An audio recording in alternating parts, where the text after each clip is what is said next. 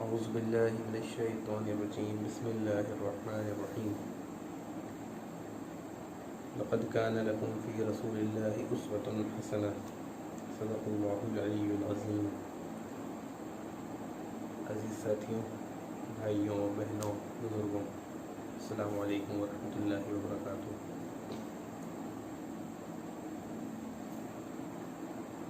جیسا کہ آپ لوگ جانتے ہیں کہ ہم اس وقت ایک سیرت النبی صلی اللہ علیہ وسلم کے اوپر ایک سیریز تیار کر رہے ہیں، جس میں اللہ کے رسول صلی اللہ علیہ وسلم کی زندگی اور آپ صلی اللہ علیہ وسلم کی سیرت پاک کا مختصر اور سرسری جائزہ لینے کی کوشش کر رہے ہیں۔ اس سے کم وقت میں زیادہ سے زیادہ رہنمائی اور ہدایات حاصل کرنے کی کوشش کر رہے ہیں۔ بے شک محمد صلی اللہ علیہ وسلم کی زندگی میں ہمارے لیے بہترین نمونہ ہے۔ لہٰذا جب ہم اسلام کو سیکھنے کی بات کرتے ہیں، بلکہ یوں کہا جائے کہ جب ہم انسانیت اور خود اپنے لیے فلاح و بہبود اور کامیابی کے راستے تلاش کرنے کی کوشش کرتے ہیں، تو پوری کائنات میں اگر اللہ تبارک و تعالی نے کسی ایک ذات کو یہ عزت اور مرتبہ عطا کیا ہے اور یہ حق عطا کیا ہے کہ اس کے نقش قفا کی پیروی کی جائے، اس کی زندگی کے ہر لمحے کو اپنے لیے مشعل راہ سمجھا جائے، تو یہ ذات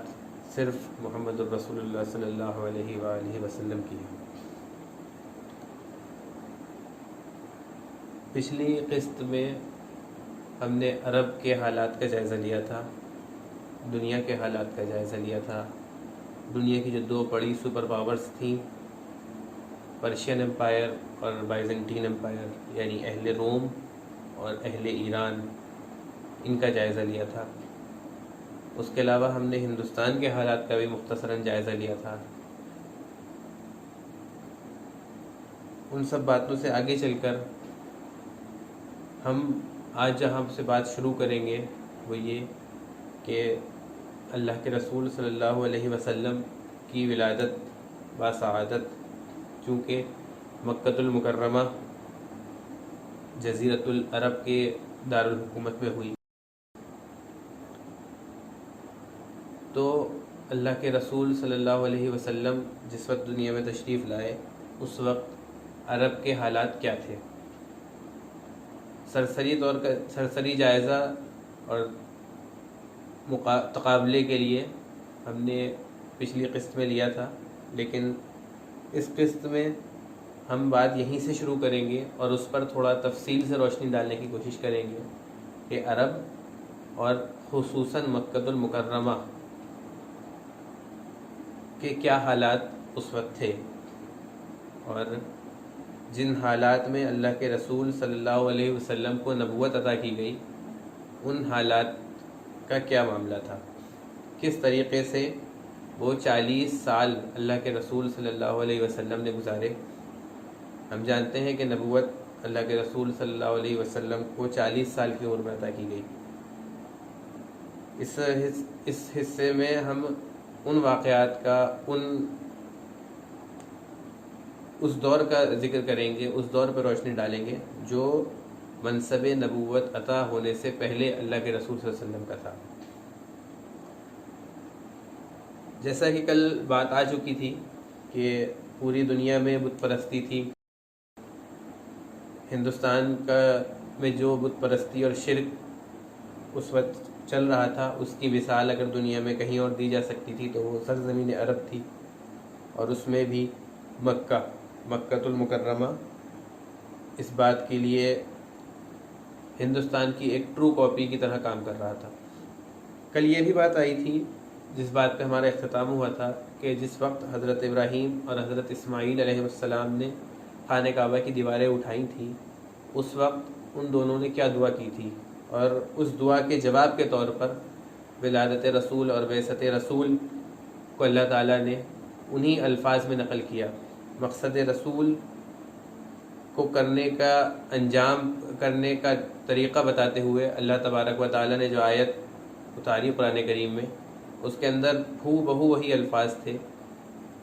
جو حضرت ابراہیم اور حضرت اسماعیل علیہ السلام نے دعا میں اللہ تعالیٰ سے کیے تھے۔ کل یہ بھی بات آئی تھی کہ عرب کے لوگوں کے یہاں جو ان کے باپ دادا تھے وہ دین ابراہیمی کے ہی ماننے والے تھے۔ خود قرآن پاک میں اللہ تبارک و تعالیٰ نے اس بات کی طرف اشارہ کیا کہ اہل مکہ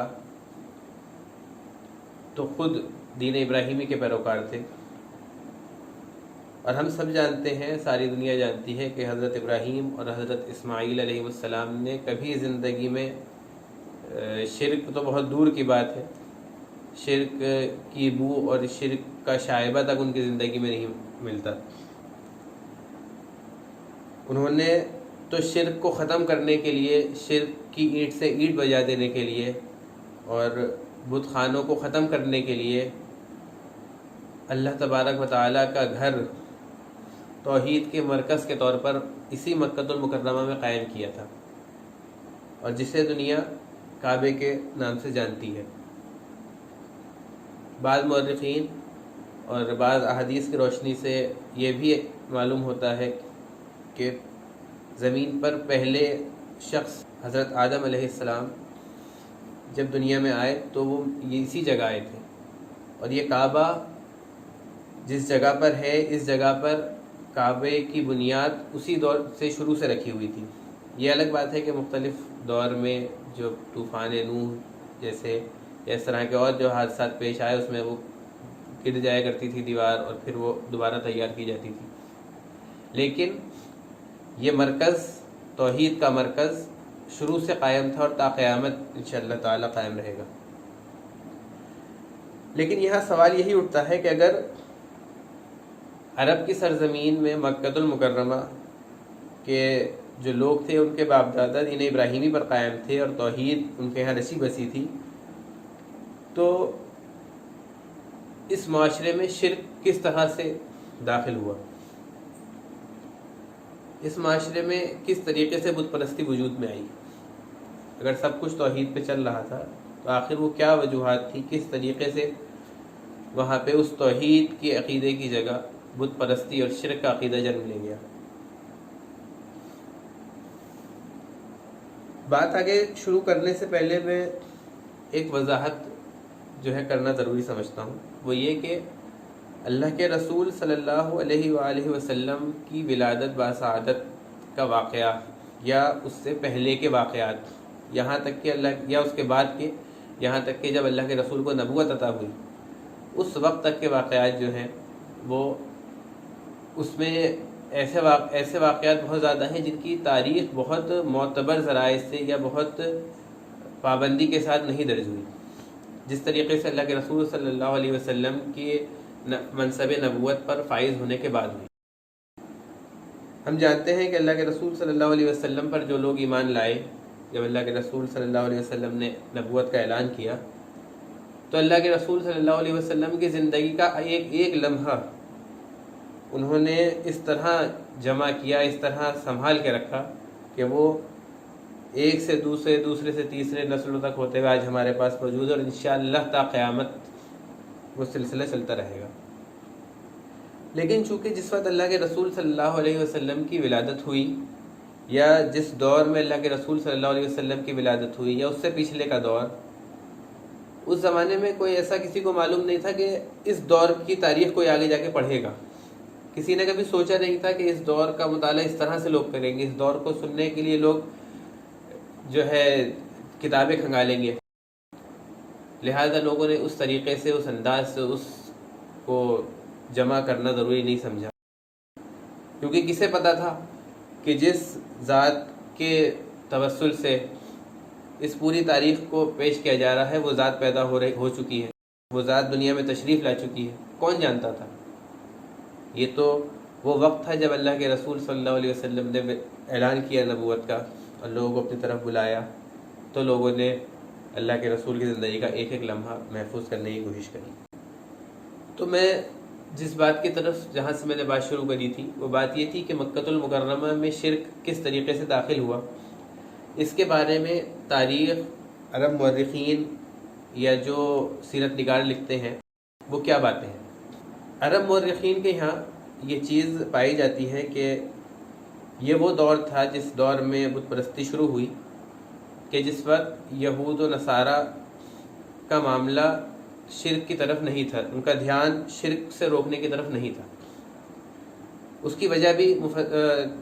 سیرت نگار بیان کرتے ہیں، وہ یہ کہ ایک وجہ یہودیوں کی وجہ جو تھی وہ یہ تھی کہ یہود چونکہ ایک نسلی مذہب تھا، ایک خاص نسل کے لیے حضرت موسیٰ علیہ السلام بھیجے گئے تھے، ایک خاص قوم بنی اسرائیل کے لیے بھیجے گئے تھے، لہٰذا وہ یہ سمجھتے تھے کہ ہمیں کسی اور کو صحیح کرنے کی، کسی اور تک صحیح بات پہنچانے کی ضرورت نہیں ہے، کوئی اور کیا کر رہا ہے اس سے ہمیں کوئی مطلب نہیں۔ اس کے علاوہ اس دور میں نصارہ آ چکے تھے، حضرت عیسیٰ علیہ السلام کے حواری موجود تھے، لیکن یا تو وہ اپنے آپ کو اس پوزیشن میں نہیں پاتے تھے کہ وہ توحید کی دعوت، اسلام کی دعوت کا اظہار کر سکیں لوگوں کے سامنے جا کے، یا ان کو اس کا حکم نہیں ہوا تھا کہ وہ اس کام کو انجام دیں۔ تو اس وقت میں یہ جو وقت تھا، اس وقت میں جو عرب کے آس پاس کا ایک علاقہ شام، جب عرب کے لوگ شام جایا کرتے تھے تو اکثر و بیشتر ایسا ہوا کرتا تھا کہ وہاں پہ جا کے متاثر ہوا کرتے تھے، کیونکہ وہاں پہ بت پرستی پورے عروج پر تھی۔ مکے کی تاریخ جن لوگوں نے رقم کی ہے، جن سیرت نگاروں نے مکے کی تاریخ پر تاریخی کتابوں سے اس دلائل نکالے ہیں، وہ یہ لکھتے ہیں کہ مکے میں شرک کی شروعات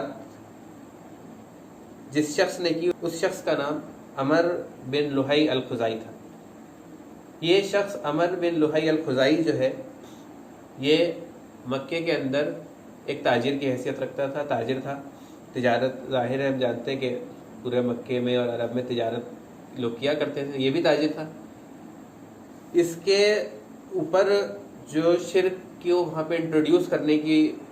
بات مورخین لکھتے ہیں، اس کی وہ دلائل بھی پیش کرتے ہیں۔ چنانچہ دو طرح کی دلیلیں ان کے ہاں بہت مشہور ہیں اور بہت زیادہ جن کو اہمیت ملی، جن کو سیرت نگاروں نے بھی بہت لکھا ہے ہمارے ہاں۔ اس میں ایک تو یہ کہ چونکہ وہ مکے سے نکل کر شام گیا تجارت کے لیے، اور وہ وہاں جاتا تو وہاں شرک کی اور جو بت پرستی ہوا کرتی تھی اس سے متاثر ہوتا تھا، اور جب وہ اس سے متاثر ہوا تو وہ وہاں سے جب لوٹ کر آیا متاثر ہو کر، تو اس نے اپنے یہاں پر اس کو لوگوں میں بات کرنی شروع کری، لوگوں کو سمجھانا شروع کیا، اور ان کو یہ کہا کہ یہ بہت اچھی چیز ہے، اور ہلکے ہلکے وہ لوگوں نے اڈاپٹ کر لیا، اور اس طرح سے وہاں پہ شرک جو ہے وہ شروع ہوا۔ ایک دوسرا واقعہ جو اس کے تعلق سے آتا ہے وہ یہ کہ جس زمانے میں یہ تجارت کے لیے شام گیا، تو شام کا سفر مکے سے جو لوگ شام جاتے ہیں وہ اردن ہو کر جاتے ہیں، جارڈن۔ تو جارڈن کے علاقے میں ایک پہاڑی قصبہ پڑتا ہے جس کا نام موجودہ دور میں پیٹرا ہے، عربی میں اس کو بترا کہا جاتا ہے، اور تاریخ میں اس کا نام تبرا ہے۔ اس جگہ، یہ جگہ یونانی سویلائزیشن میں اور بائزنٹین سویلائزیشن میں بہت اہمیت کی حامل تھی۔ اس کی وجہ یہ کہ ایک جگہ اس میں تھی، اس علاقے میں ایک جگہ تھی جس کو لوگ بنی اسرائیل خاص طور پر موسیٰ علیہ السلام کی اس جگہ سے تعبیر کرتے تھے جہاں انہوں نے ایک پتھر پر عصا مار کے وہاں سے 12 چشمے پھوٹ پڑے تھے، لہٰذا یہ بہت مشہور جگہ تھی۔ لیکن یہاں پہ جو شرک تھا وہ بہت پروان چڑھا ہوا تھا۔ یہاں کے لوگ اکثر، چونکہ پتھریلا علاقہ تھا، پتھروں کو تراش کر بت بنایا کرتے تھے، پہاڑوں کے اندر بت بنا دیا کرتے تھے، پوری چٹانوں پہ۔ اور اس علاقے میں جو بت تھے وہ دو طرح کے تھے. کچھ ایسے تھے جو بین الاقوامی تھے جس کی عبادت باہر کے لوگ بھی کیا کرتے تھے, اور کچھ چھوٹے بت تھے جو علاقائی بت تھے لوکل. ان علاقائی بتوں میں اور انٹرنیشنل بتوں میں 3 بڑے بت بھی تھے. جو ان کے یہاں دیویاں تھیں 3, ان کے بت انہوں نے بنا رکھے تھے, جس میں ایک لات, دوسرا منات اور تیسرا عزا کا بت تھا. یہ وہی تینوں بت ہیں جس کے بارے میں ہم یہ جانتے ہیں کہ مکے کے اندر کعبہ میں بھی یہ نصب کیے گئے تھے. سیرت نگار لکھتے ہیں کہ اسی شخص نے, عمر بن لحی الخزائی نے, یہ تینوں بت یہاں سے لے جا کر حرم میں نصب کیے. اس شخص کے اوپر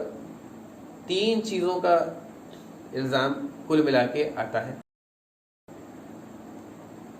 ایک یہ کہ اس نے حرم میں بت نصب کیے جس کا ذکر ابھی ہم نے کیا. دوسرا یہ کہ اس نے ایک وہاں پہ رواج شروع کیا جانوروں کی تعظیم کا, کہ جانوروں کا کی استعمال کی اجازت جو اللہ تعالیٰ نے دی تھی کہ وہ انسان کے کام آتے تھے, انسان سے انہیں استعمال کرتا تھا, بعد میں ان کا گوشت بھی جو ہے اللہ تعالیٰ نے جائز اور حلال کیا تھا. اس نے اس چیز کی جگہ جانوروں کی عظمت اور تعظیم کا نظریہ وہاں پیش کیا, جو لوگوں میں مقبولیت بھی حاصل کرنے لگا. اور اسی سے تعلق کا ایک بڑا رواج اس نے شروع کیا جس کو صائبہ کہا جاتا ہے. سیرت نگار لکھتے ہیں کہ صائبہ اس جانور کو کہا جاتا تھا جس کو اگر استعمال کر لیا گیا, جیسے دودھ وغیرہ اس سے دو لیا گیا, سب کچھ ہو گیا, تو اس کو آپ ذبح نہیں کر سکتے بلکہ آپ اسے چھوڑ دیں گے. جو کسی کام کا نہیں بچا آپ کے, اسے گویا کہ آپ کھا نہیں سکتے, آپ اسے ایسے ہی چھوڑ دیں گے. جیسے موجودہ دور میں ہم دیکھتے ہیں ہمارے معاشرے میں تو خاص طور پر ایسا جانور موجود ہے جس کو چھٹا چھوڑ دیا جاتا ہے. اور اس صائبہ لفظ کی تشریح میں جو سیرت نگار لکھتے ہیں وہ یہی لکھتے ہیں کہ وہ چھٹے سانٹ کی طرح جو ہے جانوروں کو چھوڑ دیا جاتا تھا, اور یہ صائبہ کا رواج اسی نے شروع کیا تھا. اس معاملے میں رسول اکرم صلی اللہ علیہ وسلم سے بھی ایک حدیث نقل ہوتی ہے جس کو صحیح بخاری, صحیح مسلم اور مسند احمد میں نقل کیا گیا ہے. اللہ کے رسول صلی اللہ علیہ وسلم نے فرمایا کہ میں نے جہنم میں ایک شخص کو اپنی آنتیں, اپنی انتڑیاں گھسیٹتے ہوئے چلتے ہوئے دیکھا, اور وہ شخص عمر بن لحی الخزائی تھا. اور یہی اس کی جو وجوہات تھیں, ظاہر ہے ان کی وجہ سے ہی یہ ممکن بھی ہے کہ اس کو اتنی سخت سزا دی گئی ہو, واللہ اعلم. لیکن بہرحال اس کا یہ حشر اللہ کے رسول صلی اللہ علیہ وسلم کو دکھایا گیا. جہنم میں جو اللہ کے رسول صلی اللہ علیہ وسلم نے یہ دیکھا کہ وہ اپنی انتڑیوں کو لے کر گھسیٹتا ہوا چل رہا ہے. اب اس کے علاوہ ایک روایت اور مورخین کے ہاں پائی جاتی ہے کہ شرک جو وہاں پہ پھیلا وہ دراصل ایک جھٹکے میں نہیں پھیلا بلکہ تدریجی طور پر پھیلا. یعنی پہلے ایک مرحلہ آیا, پھر دوسرا مرحلہ, پھر تیسرا, پھر چوتھا, اس طریقے سے وہ پورے شرک کی دلدل میں دھستے چلے گئے. سیرت نگار لکھتے ہیں کہ جو عرب کے لوگ تھے وہ شروع میں ایسا کیا کرتے تھے کہ جب وہ تجارت کے لیے کسی سفر پر جاتے تو وہ تبرک کے طور پر مسجد حرام یا حرم کا جو علاقہ تھا وہاں کے کچھ پتھر یا حرم کی دیوار کے کچھ چھوٹے چھوٹے سے پتھر اپنے ساتھ لے جایا کرتے. جب وہ واپس آتے تو وہ ان کو وہاں پہ واپس رکھ دیا کرتے, لیکن کئی بار ایسا ہوا کرتا کہ اس میں سے کوئی پتھر ان کو بہت پسند آ جاتا, کوئی بہت اچھا لگتا, تو وہ اس پتھر کو اپنے یہاں رکھ لیا کرتے. اب ظاہر ہے جب کعبے کا پتھر ہے اور کعبے کی تعظیم تقدیس اس وقت تھی, بلکہ بعد تک رہی. کعبے کی تعظیم و تقدیس کا معاملہ یہاں تک تھا کہ ایک زمانے تک لوگ اپنے گھر کچے رکھا کرتے تھے کہ چونکہ کعبہ جو ہے وہ اس کا حق ہے پکا ہونے کا, ہم اپنا کچا رکھیں گے. ایک زمانے ٹینٹ طرح کے جو گھر ہوتے ہیں ٹیمپوریری ایک طریقے سے وہ رکھا کرتے تھے, عارضی گھر. پھر جب پکے بھی بننے لگے تو عربوں کے ہاں یہ روایت مشہور رہی کہ ہم اپنی چھت جو ہے وہ کعبے کی چھت سے اونچی نہیں کریں گے. تو کعبے کی تقدیس اور تعظیم ہاں تھی, تو جو اس کے پتھر جو وہ رکھ لیا کرتے تھے تبرک کے طور پر، جو لے گئے، جو بچ گئے، اچھے لگے، تو اس کی تعظیم اور تقدیس اس قدر ہوئی کہ وہ اسی کو بے احترامی نہیں کرتے تھے۔ لیکن یہ معاملہ پہلی نسل تک تو ٹھیک رہا، دوسری نسل میں، تیسری نسل میں، چوتھی نسل میں یہ بات جب آگے چلتی گئی، بچے پیدا ہوتے اور وہ دیکھتے کہ ایک پتھر ہے جس کی اتنی تعظیم ہو رہی ہے، اس کو نیچے نہیں گرنے دیا جا رہا، اسے نیچے نہیں رکھا جا رہا ہے، تو ان کے اندر چونکہ شرک سے نفرت کرنا، شرک کو برا جاننا، اس طرح کی تعلیم و تبلیغ کا کوئی رواج نہیں تھا، تو ان کے یہاں اس کی تقدیس اس قدر بڑھی کہ انہوں نے اس پہ چلتے ہوئے اس کی پوجا پرستی شروع کری، پھر اور آگے بڑھے اور غلو کیا اور پورے بت مجسمے تیار کر کے ان کی پوجا پرستی شروع کری۔ اس روایت کو اگر دیکھیں تو اس سے ہمیں ایک اصول ملتا ہے کہ جب شرک سوسائٹی میں داخل ہوتا ہے تو اس کا ایک طریقہ یہ بھی ہوا کرتا ہے کہ کسی چیز کی پہلے تعظیم ہوتی ہے، پھر اس کی تقدیس ہوتی ہے، اس کے لیے تقدس دل میں آنے لگتا ہے، پھر جب تقدس دل میں آتا ہے تو پھر لوگ اس کے لیے اس کے اندر غلو کرنے لگتے ہیں اس تقدس میں، اور جب وہ غلو ہوتا ہے تو اس کے نتیجے میں شرک وجود میں آ جاتا ہے۔ لہٰذا ایک رائے امت مسلمہ میں ہندوستان کے پس منظر بھی یہ رہی کہ جیسے عید الاضحیٰ کے موقع پر بعض جانوروں کے بارے میں قربانی سے رکنے کے لیے کہا جاتا ہے، تو اس کے نتیجے میں جو صحیح سوچ ہے وہ بھی ہمارے دل میں ہونی چاہیے کہ ہم کسی حالت کی وجہ سے، کسی مجبوری کی وجہ سے ہم اس سے رک رہے ہیں، اس کا تقدس اور اس کی تعظیم ہمارے دلوں میں نہیں آنی چاہیے، کیونکہ اگر وہ آئے گی تو پھر اس میں آگے چل کر جب ہم نسلوں میں، اپنی آنے والی نسلوں کو اس کی اس مسئلے کی اصل حقیقت اور حیثیت نہیں بتائیں گے تو پھر ہلکے ہلکے اس میں غلو ہوگا، پھر اور اس کے اندر جو ہے پھر وہ ایک شرک کی حیثیت اختیار کر جائے گا۔ اللہ تعالیٰ سے دعا کرنی چاہیے کہ اللہ تعالیٰ ایسی حالت سے ہمیں بچائے۔ بہرحال یہ دو وہ تصورات تھے جن کے بارے میں عرب کے یہاں مورخین لکھتے تھے، تو میں نے دونوں کے اوپر تھوڑی روشنی ڈالنے کی کوشش کری۔ اب ہم روشنی اس بات پہ ڈالیں گے کہ جس وقت اللہ کے رسول کی ولادت ہوئی اس وقت مکے کا سسٹم کس طرح سے قائم تھا، مکے کی کیا حیثیت تھی، مکے کے حالات کیا تھے۔ پچھلے قسط میں ہم نے دیکھا تھا کہ مذہبی اور نظامی حیثیت سے مکے کے اندر کس طرح ظلم و جبر روا تھا، کس طرح مذہب کا اور اقتدار کا استعمال لوگوں کو پھر ظلم کرنے کے لیے ہوتا تھا۔ اب ہم ایک دوسرے انداز سے اس کا جائزہ لیتے ہیں مکے کا۔ عرب کے شہروں کے بارے میں ہم نے یہ بات دیکھی تھی کہ وہاں پہ ایک بدویانہ نظام جو ہے، ایک ان سویلائزڈ سوسائٹی وہاں پہ موجود تھی، لیکن اس ان سویلائزڈ سوسائٹی کے اندر مکہ ایسا شہر تھا جس کی اندر تہذیب و تمدن بہت زیادہ موجود تھی، جس کو ظاہری تہذیب و تمدن کہا جائے گا، بھی آگے میں اس پہ بھی بات کروں گا تھوڑی۔ مکے کے اندر وہ برائیاں جو عموماً عرب کے یہاں پائی جاتی تھی وہ مکے کے یہاں بہت کم تھی۔ اس کی ایک وجہ یہ تھی کہ چونکہ خانہ کعبہ وہاں پہ تھا، لوگ وہاں آیا کرتے تھے، سب سے اہم شہر تھا اور ایک طریقے سے دارالحکومت کی طرح کام کرتا تھا وہ عرب کے۔ تو جس طریقے سے ایک دنیا کسی بھی ملک کے دارالحکومت کا حال ہوتا ہے کہ وہاں پہ زیادہ سویلائزڈ لوگ ہوتے ہیں، زیادہ سلیقے کے لوگ ہوتے ہیں، اسی طرح وہاں بھی تھوڑے زیادہ سلیقہ تھا، وہاں تھوڑی زیادہ سویلائزڈ قوم تھی۔ اس کے بعد جو نظام کی حالت تھی وہاں پہ، جو وہاں پہ نظام تھا، وہ میں نے پہلے بھی کہا تھا کہ وہ ایسا نہیں تھا کہ ایک سینٹرل گورنمنٹ عرب میں ہو، خود مکے کے اندر کوئی سینٹرل نظام نہیں تھا کہ کسی ایک کی حکومت ہو، بلکہ جو نظام چل رہا تھا وہ آپسی افہام و تفہیم کے ساتھ چل رہا تھا، ایک دوسرے کے تعاون سے چل رہا تھا، ذمہ داریوں کو آپس میں بانٹ کے چل رہا تھا۔ اور یہ جو نظام تھا، جس نظام کا بانی جس شخص کو سمجھا جاتا تھا مکے میں، آج بھی اگر ہم تاریخ اٹھائیں تو مورخین جس کو اس نظام کا بانی سمجھتے ہیں اس کا نام قصی بن کلاب تھا۔ قصی بن کلاب جو تھے یہ اس نظام کے بانی تھے، ان کے ہاتھ میں سارا نظام تھا، سب کچھ ان کے انڈر میں تھا۔ پہلے جب ان کا انتقال ہوا، وہ دنیا سے گئے، تو ان کے اس پورے سسٹم کو جو خاندان وہاں پہ قائم تھے، جو گھرانے قائم تھے، جو ان کی اولادیں تھیں، ان میں بانٹ دیا گیا، اور اس طریقے سے پھر یہ جو نظام تھا یہ وجود میں آیا۔ تو گویا کہ اس نظام کے وجود میں آنے کے لیے جس نے ایک جگہ کیا اس کو اور اس کو ایسا راستہ دکھایا، ایسے حالت میں چھوڑا کہ یہ بڑھ سکے اور ایک مل جل کر ایک نظام قائم ہو سکے، تو گویا کہ تو وہ شخص جو تھے وہ قصی بن کلاب تھے، اسی لیے ان کو اس نظام کا بانی کہا جاتا ہے۔ اس میں سب قبیلہ قریش کے لوگ تھے اور مختلف گھرانے تھے جن کو کام دیا گیا ہے، جس میں اللہ کے رسول صلی اللہ علیہ وسلم کا جو گھرانہ تھا بنی ہاشم، اس کو جو کام دیا گیا تھا وہ سقایا کا کام تھا۔ ابھی آگے اس پہ بھی بات تھوڑی سی روشنی آئے گی کہ وہ سقایا کا کام کیوں دیا گیا، اور سقایا کا کام کیا تھا، وہ یہ کہ حاجیوں کو پانی پلانے کا کام کو سقایا کہا جاتا تھا۔ اب تھوڑی سی روشنی تجارت کے اوپر ڈالتے ہیں۔ قریش کے جو لوگ تھے، جو قریش کے لوگ تجارت کیا کرتے تھے،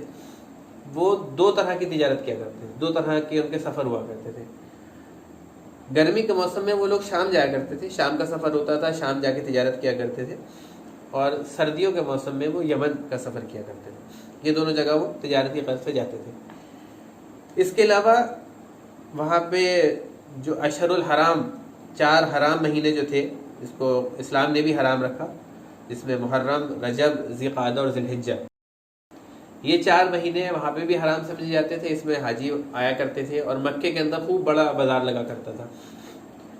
تو ایک طریقے سے اکنامک پوائنٹ آف ویو سے اگر دیکھا جائے تو وہاں پہ بہت مطلب ایک اچھا ایک اکنامک سسٹم موجود تھا، اور فائنینشلی بہت اسٹیبل لوگ وہاں پہ تھے۔ وہاں کے جو تاجر تھے وہ افریقہ تک جاتے تھے، اور ایسٹ کے اندر ایشیا کے ممالک، ہندوستان میں بھی ہم جانتے ہیں کہ ہندوستان میں بھی تاجر آیا کرتے تھے وہاں سے۔ اور وہاں کے جو یہ تاجر ہوا کرتے تھے، ان کی عادت یہ ہوتی تھی کہ جب یہ کسی علاقے میں جاتے تھے، کسی شہر میں، تو وہاں کا جو بادشاہ ہوتا تھا، جو وہاں کا فرما روا ہوتا تھا، یا جو بڑے لوگ ہوا کرتے تھے، ان کے لیے تحفے تحائف لے کے جایا کرتے تھے۔ تو ان کے تعلقات سب جگہ بہت اچھے تھے، سب جگہ کے لوگ انہیں جانتے تھے، اور ایک اچھا انٹروڈکشن مکے کا ساری دنیا میں موجود تھا۔ یہ وہ وجہ تھی جس سے وہاں کے لوگ بہت زیادہ خوشحال تھے، اور چونکہ یہ تجارت کا سینٹر تھا، اس لیے یہاں پہ اکنامک سسٹم جو تھا وہ بہت ایک اسٹیبلشڈ اکنامک سسٹم تھا۔ اس وقت 2 بڑی سپر پاورز جو دنیا میں تھیں، جس میں ایک بیزنٹین امپائر اور دوسرا پرشین امپائر، ان دونوں ریاستوں کے، ان دونوں نظاموں کے جو کرنسی تھی وہ مکے کے اندر چلا کرتی تھی، عرب کے اندر، مکے کے اندر، وہ دونوں جو ہے استعمال میں تھی۔ یہ ان کے الگ الگ شرح طے تھی کہ کیا کتنے کے برابر کیا کون سا سکہ ہے، دوسرا پہلے کے برابر کتنا ہے، جو ریٹ جیسے کرنسی ایکسچینج ریٹ کہتے ہیں وہ وہاں پہ موجود تھا۔ لیکن تجارت جو تھی وہ ان دونوں سکوں میں ہوا کرتی تھی، دونوں طرح کی جو کرنسی تھی وہ وہاں یوز ہوتی تھی۔ اور یہ سکے بھی 2 قسم کے تھے۔ میں زیادہ تفصیل میں نہیں جاؤں گا، صرف ایک ایسی آپ کو ایک جب بات آ گئی تو اشارہ کر دیتا ہوں کہ یہ 2 قسم کے سکے تھے، ایک درہم کہا جاتا تھا، ایک کو دینار کہا جاتا تھا۔ اور 2 طرح اس طرح سے بھی 2 طرح کے تھے کہ ایرانی سلطنت کے بھی سکے تھے، اور بیزنٹین ریاست، روم کی ریاست کے بھی سکے وہاں موجود تھے۔ اب چونکہ ہم نے یہ دیکھا کہ اکنامک سسٹم ان کا بہت ویل اسٹیبلش تھا، فائنینشلی بہت اچھے سوسائٹی تھی لگتی ہے یہ، تو اس کے اندر کچھ ایسے نام میں چاہوں گا کہ ہمارے سامنے آ جائیں جو بہت زیادہ خوشحال اور بہت زیادہ مالی فراوانی جن کے پاس تھی۔ اس میں 2 گھرانوں کا نام بہت زیادہ آتا ہے، اس میں ایک بنو امیہ کا گھرانہ تھا اور دوسرا بنو مخزوم کا۔ اس کے علاوہ جو دولت مند لوگ اگر وہاں پہ کیے جائیں پن پوائنٹ کر کے کہ یہ لوگ کون سے لوگ وہاں زیادہ دولت مند تھے، تو اس میں ایک نام ولید بن مغیرہ کا ہے، ایک نام عبد العزیٰ کا ہے۔ عبد العزیٰ اسی سے نسبت سے تھا جو عزیٰ کا بت وہاں لوگ لے کے آ گئے تھے، پیٹرا شہر سے، بطرا شہر سے جو لائے تھے۔ اور یہ عبد العزیٰ ابو لہب کا ہی نام تھا، جس کے اوپر قرآن پاک میں سورہ لہب کے اندر اللہ تبارک و تعالیٰ نے لعنت فرمائی۔ ایک نام اس میں ابو احیہ بن سعد، یہ وہی شخص ہے جس کا ابو سفیان کے مال میں، ابو سفیان کا جو لشکر جب شام گیا تھا، جس کے پس منظر میں غزوہ بدر ہوئی ہے، اس کے اندر اس شخص کا بہت بڑا ایک حصہ تھا۔ اس کے بعد ایک نام آتا ہے عبداللہ بن ربیہ المخزومی کا، ایک نام عبداللہ بن جدعان التیمی کا آتا ہے۔ اس شخص کے بارے میں یہ مورخین لکھتے ہیں کہ یہ وہ شخص تھا جو اپنا کھانا بھی سونے کے برتنوں میں کھایا کرتا تھا، پانی سونے کے پیالوں میں پیا کرتا تھا، اس کے برتن سونے کے تھے، اور ایسا نہیں کہ یہ جو ہے کوئی مطلب خالی اپنے اوپر خرچ کرتا ہو، بلکہ غریبوں پر اور جو محتاج ہوتے تھے، جن کے بعد بھوکے ہوا کرتے تھے، ان کے اوپر بھی، ان کے کھانے کھلانے پہ بھی بہت خرچ کیا کرتا تھا۔ ایک اس میں نام اللہ کے رسول کے ایک اور چچا کا آتا ہے، عباس ابن عبد المطلب کا۔ تو یہ جو ہے عرب کے زیادہ جو دولت مند لوگ کہے جائیں گے اس میں نمایاں لوگ یہ تھے۔ اب عرب کے لوگوں کے یہاں جو رواج تھے، جو کلچر تھا، اس کی کچھ خصوصیات تھیں، کچھ چیزیں اس میں نمایاں تھیں۔ جیسے ان کے یہاں دعوتوں کا رواج بہت تھا، بہت بڑے بڑے دسترخوان، خوب اس میں طرح طرح کی اس میں چیزیں لگا کرتی تھیں، اور شراب کی محفلیں خوب، مطلب ایک لمبی لمبی چلتی تھی شراب کی محفلیں، اور خوب اس میں جو ہے لغو چیزیں ہوا کرتی تھی۔ اس کے علاوہ شعر و شاعری سے ان کو بہت ذوق تھا، شعر و شاعری کا ذوق بہت زیادہ تھا ان کو، اور چونکہ عربی بہت اچھی تھی وہاں کے لوگوں کی، تو وہاں پہ شعر و شاعری میں بھی بہت اچھی عربی ملتی ہے، اور اسی لیے شعر و شاعری کو جو ہم جیسے مدارس جو ہیں امت مسلمہ کے مدارس، خاص طور پہ ہندوستان میں، ان کے اندر جو نصاب پڑھایا جاتا ہے اس میں بھی اس شاعری کے کچھ چیزیں کچھ حصے پڑھائے جاتے ہیں، تاکہ اس دور کی عربی، قرآن کی عربی کو سمجھنے میں مدد مل سکے۔ تو وہ کل ملا کے بات ہے کہ وہ شعر و شاعری کے بہت شوقین تھے وہ لوگ۔ عام طور پر لوگ پڑھے لکھے وہاں پہ نہیں تھے، اور رواج ہی نہیں تھا پڑھنے کا وہاں پہ، کیونکہ تجارت کرنی ہوتی تھی، کوئی پڑھنے لکھنے کی کوئی ایسی ضرورت نہیں تھی، اور چونکہ پڑھنے لکھنے کا کام نہیں تھا، تو وہ ایسی چیزیں جو پڑھائی سے تعلق رکھتی تھی، خاص طور پر ایسی صنعتیں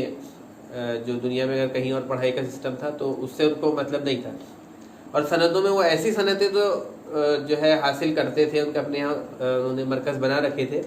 ان صنعتوں کے ذریعے سے ان آرٹس کو امپلیمنٹ کرنے کے، اس کی روشنی میں کچھ چیزیں تیار کرنے کی، جن کی ضرورت ان کو پڑا کرتی تھی۔ جیسے مثال کے طور پہ گھر کی تعمیر ہے، تو گھر کی تعمیر کس طرح ہوگی، اس کا فن سیکھنے کے لیے اس کی صنعت جو تھی وہاں پہ تھی، لوگوں کو آتا تھا کیسے بناؤ، کسی پہ ڈیپینڈ نہیں تھے اس کے لیے۔ جنگ کے لیے تلواریں چاہیے ہیں، تو وہ تلواریں حاصل کرنے کے لیے کسی اور پہ ڈیپینڈ نہیں تھے، ان کے یہاں جو ہے خود تلواریں بنا کرتی تھی۔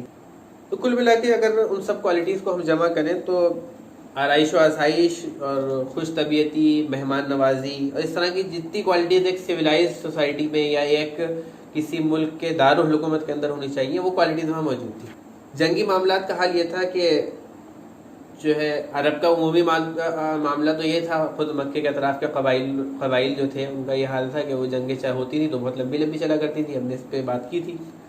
لیکن قریش کا جو معاملہ جس وقت اللہ کے رسول صلی اللہ علیہ وسلم کی بعثت ہوئی ہے، اس دور میں جو ہو گیا تھا وہ یہ کہ وہ جنگوں کو اوائڈ کرنے کی کوشش کرتے تھے کہ جنگیں نہ ہوں تو اچھا ہے۔ اس کی وجہ تھی، ایک وجہ یہ کہ وہ چونکہ بزنس کلاس تھے اور ان کے تعلقات سب جگہ تھے، اور ظاہر بات ہے اگر وہ جنگ کریں گے تو ان کی برائی ہوگی، ان کے تعلقات خراب ہوتے تھے، تو اس لیے وہ عمومی طور پر ایک جنگ سے بچنے کی کوشش کرتے تھے۔ آج بھی ہم دیکھتے ہیں کہ جہاں پہ کسی بھی ملک کا کوئی بزنس ہوتا ہے، کوئی بزنس معاملات کہیں چل رہے ہوتے ہیں، تو وہ اس ملک سے افہام و تفہیم سے کام لیتا ہے، جنگ سے بچنے کی کوشش کرتا ہے۔ تاریخ عربوں کی یہی تھی کہ اگر کوئی جنگ چلی تو وہ 30 40 سال تک کے لیے بھی چل جائی کرتی تھی، 5 سال 10 سال تک چلتی تھی، 30 40 سال بھی چلا کرتی تھی، اور دنوں مہینوں کا تو کوئی حساب ہی نہیں تھا کہ اگر چھوٹی جنگ بھی ہے تو وہ ایسا نہیں کہ ایک دن میں ختم ہو گئی، بلکہ مہینوں چلا کرتی تھی اس دور میں۔ اور چونکہ یہ جنگیں لمبی چلا کرتی تھی تو اس میں ہوتا یہ تھا کہ ہزاروں کی تعداد میں بچے یتیم ہوا کرتے تھے، ہزاروں کی تعداد میں عورتیں بیوہ ہوا کرتی تھیں، اور جب کسی قوم کو اس راہ سے گزرنا ہوتا ہے اور یہ جو رزلٹ ہوتا ہے جب یہ پیش آتا ہے تو اس کی ہمت ہل کر کے جواب دینے لگتی ہے۔ جب تک کچھ نہیں ہوتا تب تک ہر کوئی یہ چاہتا کہ لڑائی ہو، لیکن جس وقت لڑائی کا حکم ہو جاتا ہے تو اس وقت یہ بہت مشکل سے فیصلہ لوگ کرتے ہیں کہ ہم لڑیں یا نہ لڑیں، خاص طور پہ وہ لوگ جو لڑائیوں کا رزلٹ دیکھ چکے ہوں، جو اس کا نتیجہ دیکھ چکے ہوں۔ تو چونکہ یہ لوگ یہ دیکھ چکے تھے، اور اس کے علاوہ یہ بھی چیز انہیں پتہ تھی کہ جب جنگ ختم ہوتی ہے تو اکنامی بالکل ختم ہو چکی ہوتی ہے، معاشی حالات اور جو مورل چیزیں ہوتی وہ بھی ختم ہو جاتی ہیں، تو کوئی ایک سویلائزڈ جو ہوتی ہے سوسائٹی، وہ اس کی سویلائزیشن ویلیوز جو ہوتی ہیں وہ ختم ہو جاتی ہیں۔ تو اس لیے مکہ اور مدینہ کے لوگ خاص طور پر یہ لوگ جو ہے جنگ کو اوائڈ کرنے کی کوشش کیا کرتے تھے، آپسی افہام و تفہیم کے ساتھ، یا جس کو ہم بقائے باہمی کہتے ہیں، جیو اور جینے دو، اس والے اس کے ساتھ جو ہے یہ کیا کرتے تھے. لیکن اس کا یہ ہرگز مطلب نہیں تھا کہ وہ جنگ کے لیے تیار نہیں تھے. وہ ہر وقت جنگوں کے لیے تیار رہا کرتے تھے. تلواریں یا جنگی ساز و سامان جو ہے وہ ان کا ہر وقت تیار رہتا تھا. جو ان کی فوجی طاقت تھی اس کے اوپر وہ بہت ایک دھیان رکھا کرتے تھے. اس کی تیاری، اس کی مشقیں ان کے یہاں ہوتی تھی. لوگ ایسا نہیں تھا کہ جوش اور جذبہ نہ ہو. جوش اور جذبہ ان کے یہاں مسلسل چلتا رہتا تھا. اور اس کی وجہ یہ تھی کہ جب تک افہام و تفہیم سے کام چلے، جب تک بات ایسی نبٹ جائے اچھا ہے. لیکن اگر اپنی غیرت کے اوپر بات آ جاتی تھی، ان کی اپنے حسب و نصب کی اور غیرت کی اتنی بات آگے بڑھ جائے کہ پھر تلواریں اندر نہ رہ سکتی ہوں، تو وہ جو ہے جنگ کو ختم کر کے جیتنے کی صلاحیت پیدا کرتے تھے اپنے اندر، کہ ہم جو ہے جنگ اگر شروع ہو جائے تو ہم اس کو ختم کریں اور جیتیں.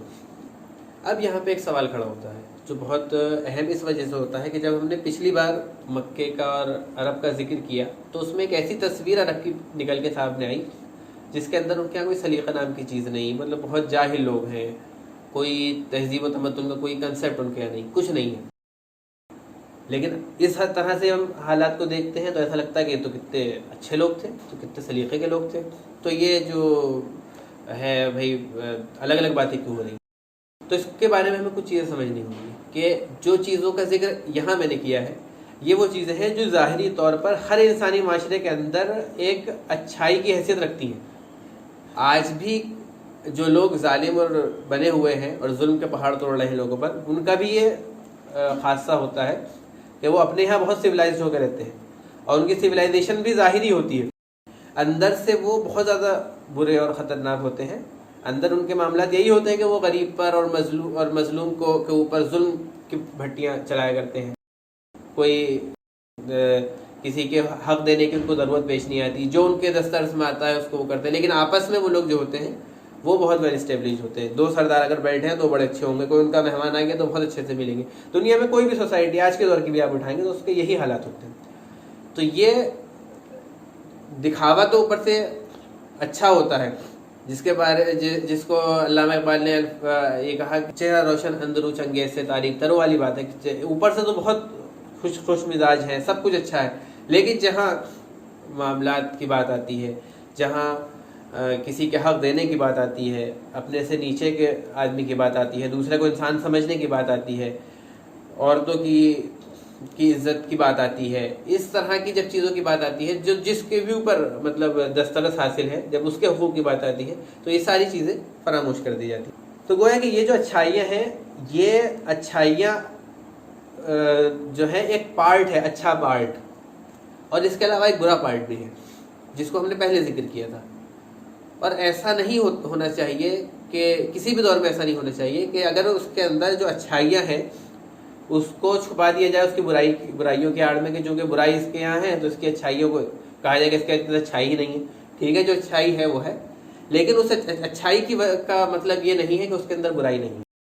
اور جن اچھائیوں کا ذکر ہم نے یہاں کیا ہے، ہمیں یہ اس کی ضرورت جو میں نے سمجھی اس کو یہاں رکھنے کی، اس کی وجہ یہ کہ ہمیں یہ سمجھنا ہوگا کہ یہ اچھائیاں ہر دور میں رہتی ہیں. آج کے دور میں بھی یہ اچھائیاں آپ کو ملیں گی، لیکن ان اچھائیوں کے باوجود اللہ تبارک و تعالیٰ نے اللہ کے رسول صلی اللہ علیہ وسلم کو اسی سوسائٹی میں مبعوث فرمایا، اسی سوسائٹی میں اللہ کے رسول کو بھیجا، اور یہی سے اللہ کے رسول نے اسلام کی دعوت و تبلیغ کا آغاز کیا. تو وہ سوسائٹی جس کے اندر اتنی ساری اچھائیاں موجود تھیں، اگر ان برائیوں کی اہمیت نہیں تھی، ان برائیوں کی کوئی حیثیت نہیں تھی، تو اللہ کے رسول صلی اللہ علیہ وسلم کو یہاں کیوں بھیجا گیا؟ اور اللہ کے رسول صلی اللہ علیہ وسلم نے اس ایک نظام کو، جو ایک سسٹم تھا جس میں اتنی اچھائیاں دکھ رہی ہیں ہمیں، اس سسٹم کو بدل کے ایک دوسرا عدل و انصاف کا سسٹم کیوں قائم کیا دنیا میں؟ اللہ کے رسول صلی اللہ علیہ وسلم نے اس پورے نظام کو بدل کر ایک ایسا نظام قائم کیا جس کے اندر یہ اچھائیاں تو تھیں، لیکن وہ برائیاں جس کی طرف پہلے ذکر ہوا، وہ برائیوں کی بھی کوئی گنجائش موجود نہیں تھی. وہ برائیاں ایسی برائیاں سمجھی جاتی تھیں کہ جس کے سامنے ان اچھائیوں کی بھی کوئی حیثیت نہیں باقی رہی. یہ اچھائیاں اپنے طور پہ اگر کہیں پہ ہو رہی ہیں اور وہاں پہ وہ برائی بھی ہو رہی ہے تو اس برائی کو ختم کرنا جو ہے وہ ضروری ہے. یہ اللہ کے رسول صلی اللہ علیہ وسلم کی ولادت مکے میں ہونے کی جو وجہ ایک مجھے سمجھ میں آتی ہے، اور جس وجہ سے میں نے ان حالات کو آپ کے سامنے رکھنے کی ضرورت سمجھی، وہ یہی ہے۔ اب ہم جو ہے آگے بڑھتے ہیں اور اللہ کے رسول صلی اللہ علیہ وسلم کی زندگی سے تعلق رکھنے والے، شروعاتی زندگی سے تعلق رکھنے والے کچھ اہم شخصیتوں کا تعارف حاصل کرنے کی کوشش کرتے ہیں۔ اس میں کچھ تقریباً 4-5 شخصیتیں ہیں جن کا تعارف اگر ہو ہمیں تو وہ بہت بہتر اور بہت اچھا مفید ہوگا۔ اس میں سب سے پہلا نام جو آتا ہے وہ قبیلہ قریش کے سردار حضرت عبد المطلب کا آتا ہے۔ یہ آپ صلی اللہ علیہ وسلم کے دادا بھی تھے۔ حضرت عبد المطلب کی جو تاریخ ہے جو کی زندگی کے احوال ہے، اس میں چند ایک واقعات ایسے ہیں جو بہت اہمیت رکھتے ہیں، جس سے اللہ کے رسول صلی اللہ علیہ وسلم کے گھر کا اور اللہ کے رسول صلی اللہ علیہ وسلم کے خاندان کا اور قبیلے کا تعارف جو ہے وہ کافی اچھا ہو سکتا ہے۔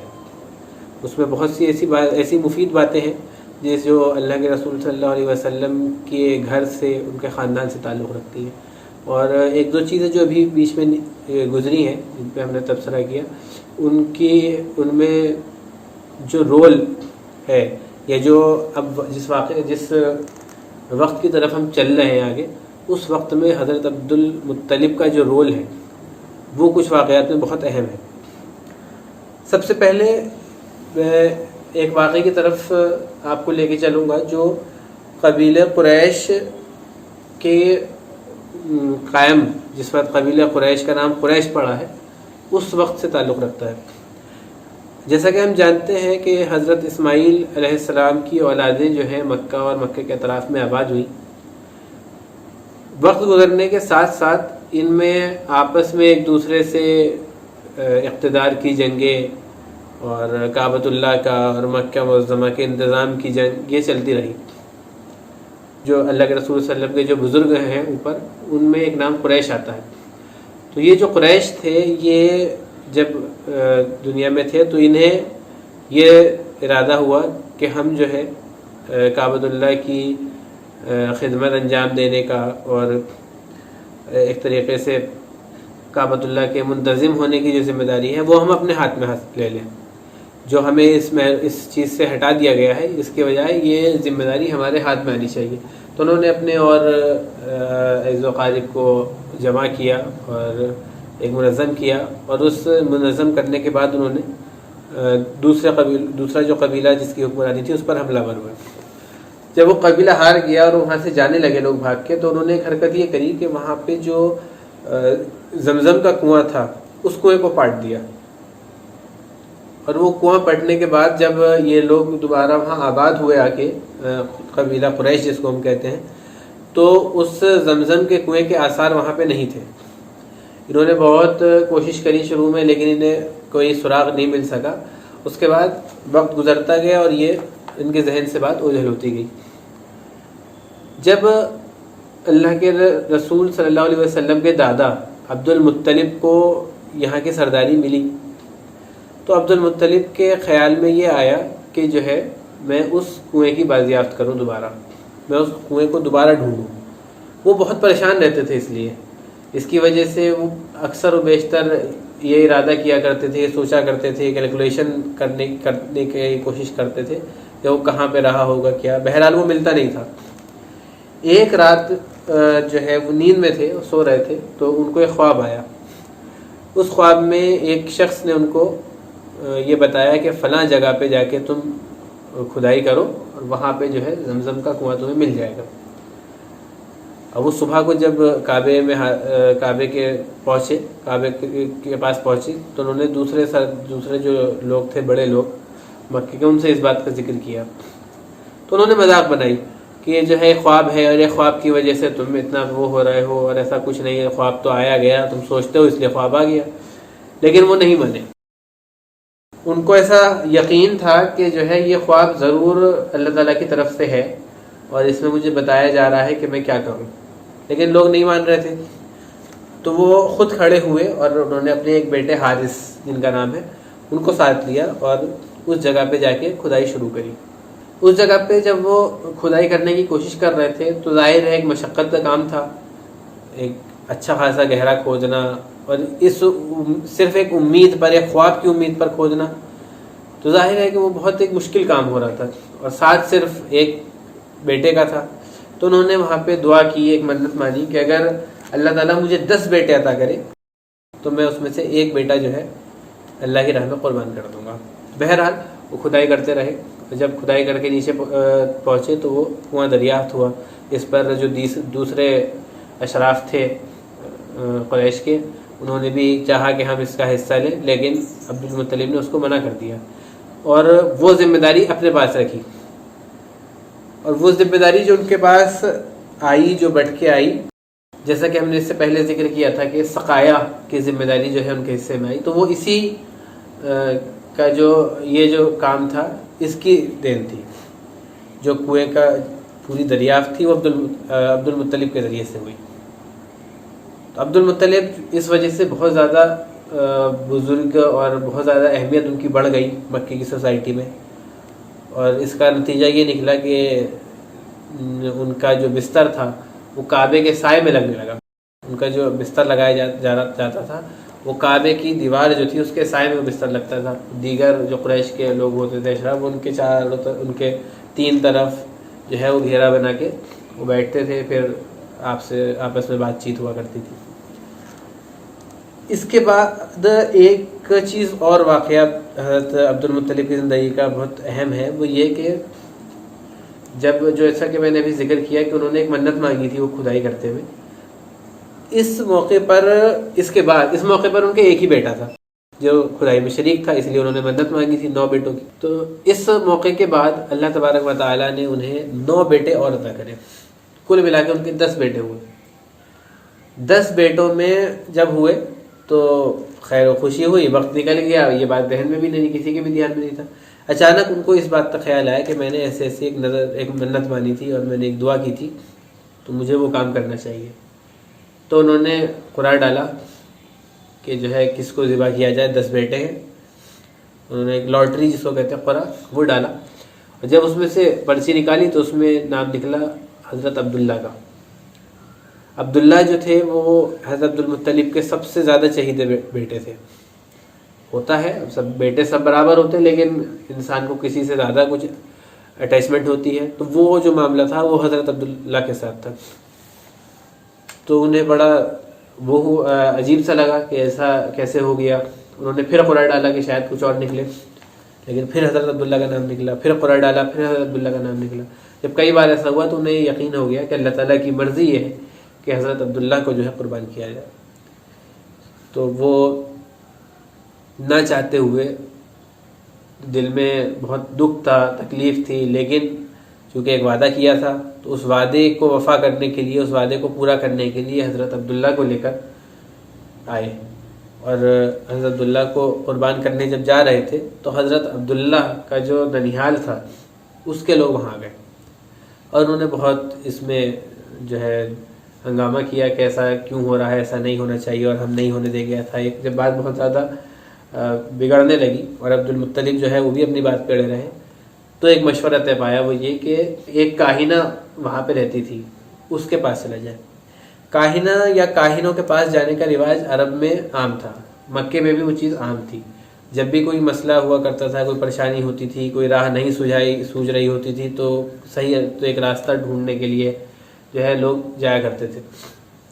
تو یہ وہاں کا ایک رواج تھا جس کے مطابق حضرت عبد المطلب ایک کاہنہ کے پاس گئے۔ اس کاہنہ نے پورا مسئلہ پوچھا، انہوں نے پورا مسئلہ بتایا۔ تو اس نے پوچھا کہ تم لوگ جب کسی کی جان معافی کرتے ہو تو کتنا فدیہ دیا کرتے ہو؟ تو انہوں نے عرض کیا کہ 10 اونٹ۔ اس وقت تک عرب کی معاشرے میں، مکے میں 10 اونٹ جو ہے وہ ایک کسی کی جان کو چھوڑنے کا جو معاوضہ ہوا کرتا تھا وہ 10 اونٹ ہوا کرتا تھا۔ تو اس کاہنہ نے یہ کہا کہ تم ایک کام کرو کہ ایک پرچے پہ عبداللہ کا نام لکھو اور ایک پرچے پہ 10 اونٹ لکھو اور اس میں قرعہ کرو، اور اگر پھر عبداللہ کا نام نکلے تو جو اونٹ ہے ان کی تعداد بڑھاتے جاؤ، 10 سے 20 کرو، 20 سے 30، اس طرح سے۔ تاریخ میں آتا ہے کہ جب حضرت عبد المطلب نے ایسا کیا تو پہلے بار جو پرچی نکلی وہ حضرت عبداللہ ہی کی نکلی. پھر انہوں نے جیسا مشورہ کاہنہ نے دیا تھا انہوں نے بڑھا کے 20 اونٹ کیا, پھر ڈالا, پھر پرچی پھر حضرت عبداللہ کی نکلی, اس طرح 30 کیا, پھر حضرت عبداللہ کی نکلی. اس طرح کرتے کرتے 100 اونٹ پر وہ پرچی پہنچ گئی, اور جب وہ 100 اونٹ لکھ کر پرچی ڈالی گئی تو جو پرچی نکلی وہ اونٹوں کی نکلی. لیکن ایک مسلسل چونکہ حضرت عبداللہ کی نکل رہی تھی تو حضرت عبدالمطلب کو ایک دم یقین نہیں آیا, انہوں نے دوبارہ پرچی ڈالی. جب وہ دوبارہ پرچی ڈالی تو پھر حضرت عبداللہ کی نکلی. جب یہ 2 بار ایسا ہوا تو پھر حضرت عبدالمطلب کو یقین ہو گیا کہ اب اللہ تعالیٰ کی مرضی یہ ہے کہ جو ہے میں 100 اونٹ جو ہے قربان کروں. تو حضرت عبدالمطلب نے 100 اونٹ قربان کی, اور اس طرح حضرت عبداللہ کی جو ہے جان وہ بچ گئی. ایک اور واقعہ جو حضرت عبدالمطلب کی دور میں ہوا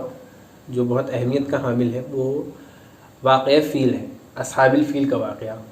ہم جانتے ہیں قرآن پاک میں سورہ فیل موجود ہے اور ہم نمازوں میں عام طور سے اس کو پڑھتے ہیں, الم تر کیف فعل ربک باصحاب الفیل. تو وہ اسی واقعے سے تعلق رکھتی ہے وہ سورت. روایت میں آتا ہے کہ جس سال یہ واقعہ پیش آیا, اس واقعے کی تفصیل کچھ اس طرح ہے کہ نجاشی جو کہ حبشہ کا بادشاہ تھا وہ عیسائی مذہب کا ماننے والا تھا, اور اس کی حکومت جو ہے وہ یمن تک تھی. یمن میں سنا کا جو مقام ہے وہاں پہ اس نے اپنا ایک گورنر مقرر کیا تھا جس کا نام ابراہا تھا. اور اس ابراہا نامی شخص نے جو گورنر تھا اس نے وہاں پہ ایک بہت بڑا گرجا تعمیر کیا, کیونکہ عیسائی مذہب کے ماننے والے تھے تو گرجا ان کا مذہبی عبادت گاہ تھی. اس نے ایک بہت بڑا گرجا تعمیر کیا, اور اس کی آرزو یہ تھی کہ دنیا میں جو تقدس اور جو احترام کعبے کو حاصل ہے یا کسی بھی بڑی مقدس جگہ کو حاصل ہے وہ کسی اور جگہ کو حاصل نہ ہو بلکہ اس گرجے کو حاصل ہو. تو اس نے ہر کسی کو قائل کیا. پھر جب اس نے جو قائل نہیں ہوا اسے لڑکے اس کو دبا لیا, لیکن اس میں وہ بات نہیں آ پائی جو کعبے کی تھی. جو حیثیت کعبے کی عرب معاشرے میں اور پوری دنیا میں تھی ان کے وہ اہمیت اور وہ حیثیت جو ہے اس کو حاصل نہیں ہو سکی. لہذا اس نے ارادہ کیا کہ میں کعبے کو ڈھا دوں گا, اور جب کعبہ نہیں رہے گا تو میرا جو یہ بنایا ہوا گرجا ہے یہ بہت پھلے پھولے گا, یہاں بہت لوگ آئیں گے, اس کی ہی واہ واہی ہوگی, اسی کا زور ہوگا. تو اس کام کے لیے وہ وہاں سے چلا. راستے میں جتنے لوگوں نے اس سے ٹکرانے کی کوشش کری اس کو روکنے کے لیے سب ایک طریقے سے ختم ہو گئے. یا تو اس کو دیکھ کے ڈر گئے, ہتھیار ڈال دیے, یا پھر اس نے ہرا دیا. جب ایسا پورا سلسلہ چلتے ہوئے آیا اور وہ مکے کے قریب میں پہنچا تو اس نے حرکت یہ کری کہ اس نے 200 اونٹ حضرت عبدالمطلب کے جو ہے اپنے قبضے میں کر لیے. حضرت عبدالمطلب کو اس بات کا پتہ چلا تو حضرت عبدالمطلب نے یہ پتہ کرنے کی کوشش کری کہ وہ لشکر کیسا ہے, کتنا بڑا ہے, کیا ہے, پوری تفصیلات ملی. تو جو تفصیلات لوگوں نے بتائیں اس سے یہ اندازہ ہوا کہ اس کا مقابلہ نہیں کیا جا سکتا. کہ وہ سب کو ہراتا ہوا آ رہا ہے, سب سے ٹکر لیتا ہوا آ رہا ہے, اتنی بڑی فوج ہے. تو انہیں یہ احساس ہوا کہ ہم مقابلہ نہیں کر سکتے. تو باہم مشورہ ہوا مکے میں, اور یہ طے پایا کہ چونکہ ہم مقابلے کرنے کی ہمت نہیں رکھتے, اور برابری کا تو بہت دور کی بات ہے بلکہ ایک بہت بڑا فرق ہے توازن کا, تو ہم ایسا کرتے ہیں کہ پہاڑوں میں چلے جاتے ہیں. تو انہوں نے اس مشورے کے حساب سے پوری مکے کی آبادی میں ایک دم بھگدڑ سی مچی, اور وہ بھاگ کے سب لوگ جو ہے پہاڑوں میں جا کے چھپ گئے اور شہر بالکل خالی ہو گیا. اس کے بعد حضرت عبدالمطلب ابراہا کے پاس گئے. ابراہا کو جب خبر ملی کہ عبدالمطلب آئے ہیں تو اسے احساس ہوا کہ جو ہے یہ میرے سامنے آگے معافی مانگیں گے, گڑ گڑائیں گے, مجھ سے بھیک مانگیں گے, میں رحم کر دوں, بخش دوں. تو وہ بڑے غرور سے گھمنڈ سے آگے بیٹھا. حضرت عبدالمطلب نے اس سے یہ بات کہی کہ مجھے میرے 200 اونٹ واپس کر دو. اب جیسے ہی اس نے 200 اونٹ کی بات سنی اس کے ایک دم ہوش اڑ گئے کہ میں تو یہ سمجھ رہا تھا کہ یہ اپنے مرکز کے لیے, اپنے جتنا بڑا ان کی عبادت گاہ ہے جو ساری دنیا میں اور پورے عرب میں مشہور ہے, جس جس کا زور میرے گرجا بننے کے بعد بھی کم نہیں ہو رہا تھا، اس کا جو محتمم ہے وہ آ کے مجھ سے کہہ رہا ہے کہ جو ہے ہمیں تم میرے اونٹ دے دو، اور مجھے گھر کی بات نہیں کر رہا. تو وہ ایک دم اٹھ کے باہر آیا. اس نے کہا کہ عبد المطلب میں تو تمہیں بہت سمجھدار سمجھتا تھا، لیکن تمہاری بات تو مجھے بالکل سمجھ نہ آئی. تم اپنے اونٹوں کی بات کر رہے ہو اور اس گھر کی بات نہیں کر رہے جس کو میں گرانے آیا ہوں. تمہیں اس کی کوئی فکر نہیں. تم جس کی عبادت کرتے ہو، جس کو پوجتے ہو، جس گھر کا تم اتنا مان ہے تمہیں اس گھر کی فکر نہیں. تم اپنے اونٹوں کی بات کرنے مجھ سے آئے ہو. تو حضرت عبد المطلب نے کہا کہ ہمیں اپنی طاقت کا بھی اندازہ ہے، تمہاری طاقت کا بھی اندازہ ہے، اور ہمیں یہ معلوم ہے کہ ہم تمہارا مقابلہ نہیں کر پائیں گے، اور ہم اس گھر کا دفاع نہیں کر سکتے. تو اس گھر کا دفاع وہ کرے گا جو اس گھر کا مالک ہے. ان 200 اونٹ کا مالک میں ہوں، ان کو میں لینے آیا ہوں. تو وہ بڑا ایک دم عجیب سی اس کی کیفیت ہوئی ابرہہ کی. خیر اس نے 200 اونٹ جو ہے وہ عبد المطلب کو حوالے کر دیے، اور وہ اونٹ لے کے اپنے آ گئے. اس کے بعد حضرت عبد المطلب نے ایک دم شہر چھوڑ نہیں دیا، بلکہ کعبے کی دیوار پکڑی، کعبے کی چادر پکڑی. بلکہ تاریخ میں آتا ہے کہ جس وقت لوگ جا رہے تھے تو وہ چادریں پکڑ پکڑ کے رو رہے تھے کعبے کی، لیکن مجبور ہو کے وہاں سے چلے گئے. آخر میں عبد المطلب جب واپس آئے اور نکلنے والے تھے تو انہوں نے کعبے کا دروازہ پکڑا اور خوب دعا کری، اور اللہ تعالیٰ سے کہا کہ اللہ ہم اس کی حفاظت نہیں کر سکتے، ہمارے پاس اتنی طاقت نہیں ہے، اور یہ تیرا گھر ہے، تو ہی ان سے نمٹ. ابھی آپ یہ دعا کر کے اٹھے ہی تھے کہ اچانک ایک چڑیوں کا جھنڈ، خوب بڑا جھنڈ، چھوٹی چھوٹی چڑیے وہ آنی شروع ہوئی. اللہ تعالیٰ کے قبضے میں سب کچھ ہے. اللہ تعالیٰ نے اتنے بڑے لشکر کے مقابلے میں صرف ایک چھوٹی سی چڑیا کو بھیجا، اور وہ بھی کچھ نہیں کر رہی تھی، ایک چھوٹا سا دانہ جو ہے پھینک رہی تھی اوپر سے، چھوٹی چھوٹی کنکریاں. تو جب وہ جھنڈ وہاں پہنچا تو جو جانوروں کا جھنڈ تھا، جو ہاتھی تھے، وہ رک گئے. وہ اب آگے سے آگے نہیں بڑھے. مکے کے باہر پہنچ کے وہ رک گیا پورا، اور ان میں جانوروں میں بھگدڑ مچ گئی. انہوں نے اپنے سواروں کو گرا کے اور وہ بھاگ گئے وہاں سے. جانور سب ظاہر ہے جانور بھی اللہ تعالیٰ کی مخلوق تھے، اور تو ارادی مخلوق نہیں تھے کہ وہ جو چاہیں وہ کرے، بلکہ جو اللہ تعالیٰ نے لکھ دیا وہ کرتے تھے. اللہ تعالیٰ کی تسبیح بیان کرتے تھے. سبح للہ ما فی السماوات و ما فی الارض. اللہ کی تسبیح کرتی ہر وہ چیز جو زمینوں میں اور آسمان میں.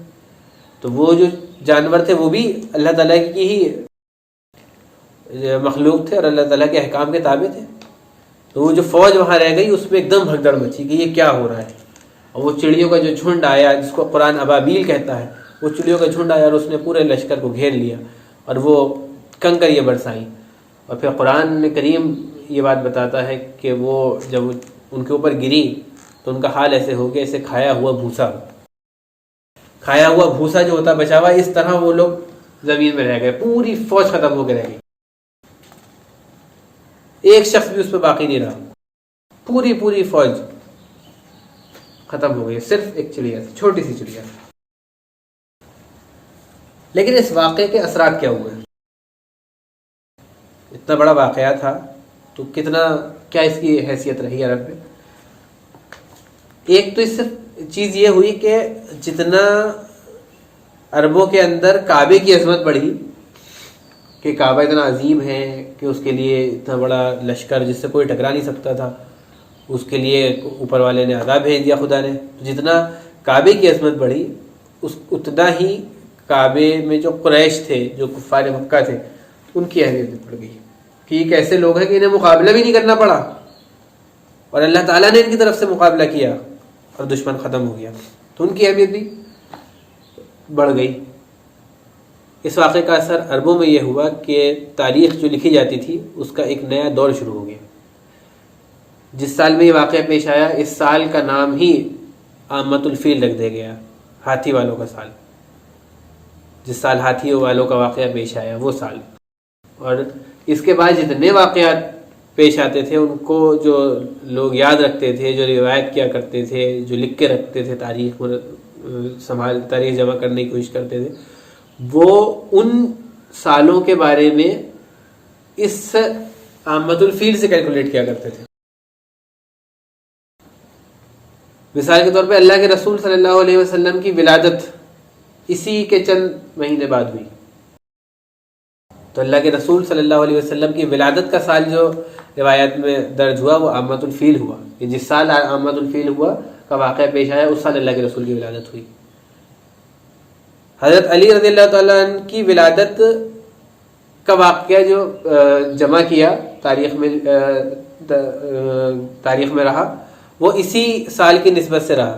کہ اس سال کے 30 سال بعد حضرت علی کی ولادت ہوئی۔ تو وہ جو کچھ کرتے تھے، جو کچھ ان کے معاملات تھے، وہ اسی سال سے یاد رکھا کرتے تھے۔ اور انگلش کیلنڈر کے حساب سے یہ سال 570 عیسوی کا سال ہے۔ تو یہ حضرت عبد المطلب کی بات ہوئی۔ اس کے بعد حضرت عبداللہ، جن کا ایک مختصر ذکر قربانی کے تعلق سے آیا کہ ان کے قربانی کے لیے تیاری کر رہے تھے حضرت عبد المطلب، یہ حضرت عبداللہ عبد المطلب کے ہی بیٹے تھے۔ یہ حضرت عبداللہ، ان کی شادی حضرت عبد المطلب نے حضرت آمنہ سے کی۔ حضرت آمنہ قریش میں اپنی اعلیٰ نسبی اور عزت اور وجاہت کی وجہ سے سب سے زیادہ باعزت خاتون سمجھی جاتی تھی، سب سے زیادہ محترم تھی، اور ان کا تعلق مدینے سے تھا، یہ مدینے کی رہنے والی تھی۔ ان سے حضرت عبداللہ کا نکاح ہوا۔ جب حضرت عبداللہ کا نکاح ہوا تو اس کے چند دنوں کے بعد حضرت عبداللہ جو ہے وہ شام کے تجارتی سفر پر چلے گئے۔ شام کے تجارتی سفر سے جب وہ لوٹ رہے تھے تو مدینہ المنورہ، جو اس وقت یثرب کے نام سے مشہور تھا، مدینہ تو بعد میں نام پڑا، پرانا نام یثرب تھا، تو یثرب کے مقام پر، یثرب کے شہر کے پاس ان کی طبیعت بہت زیادہ خراب ہوئی اور اس میں ان کا انتقال ہو گیا۔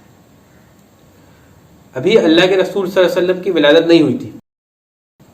ابھی شادی کو کچھ ہی دن ہوئے تھے اور حضرت آمنہ جو ہے بیوہ ہو گئی تھی۔ روایت میں آتا ہے کہ یہ شادی کو 3 مہینے ہو چکے تھے جب حضرت عبداللہ کی وفات ہوئی۔ اس کے بعد، اس کے 6 مہینے بعد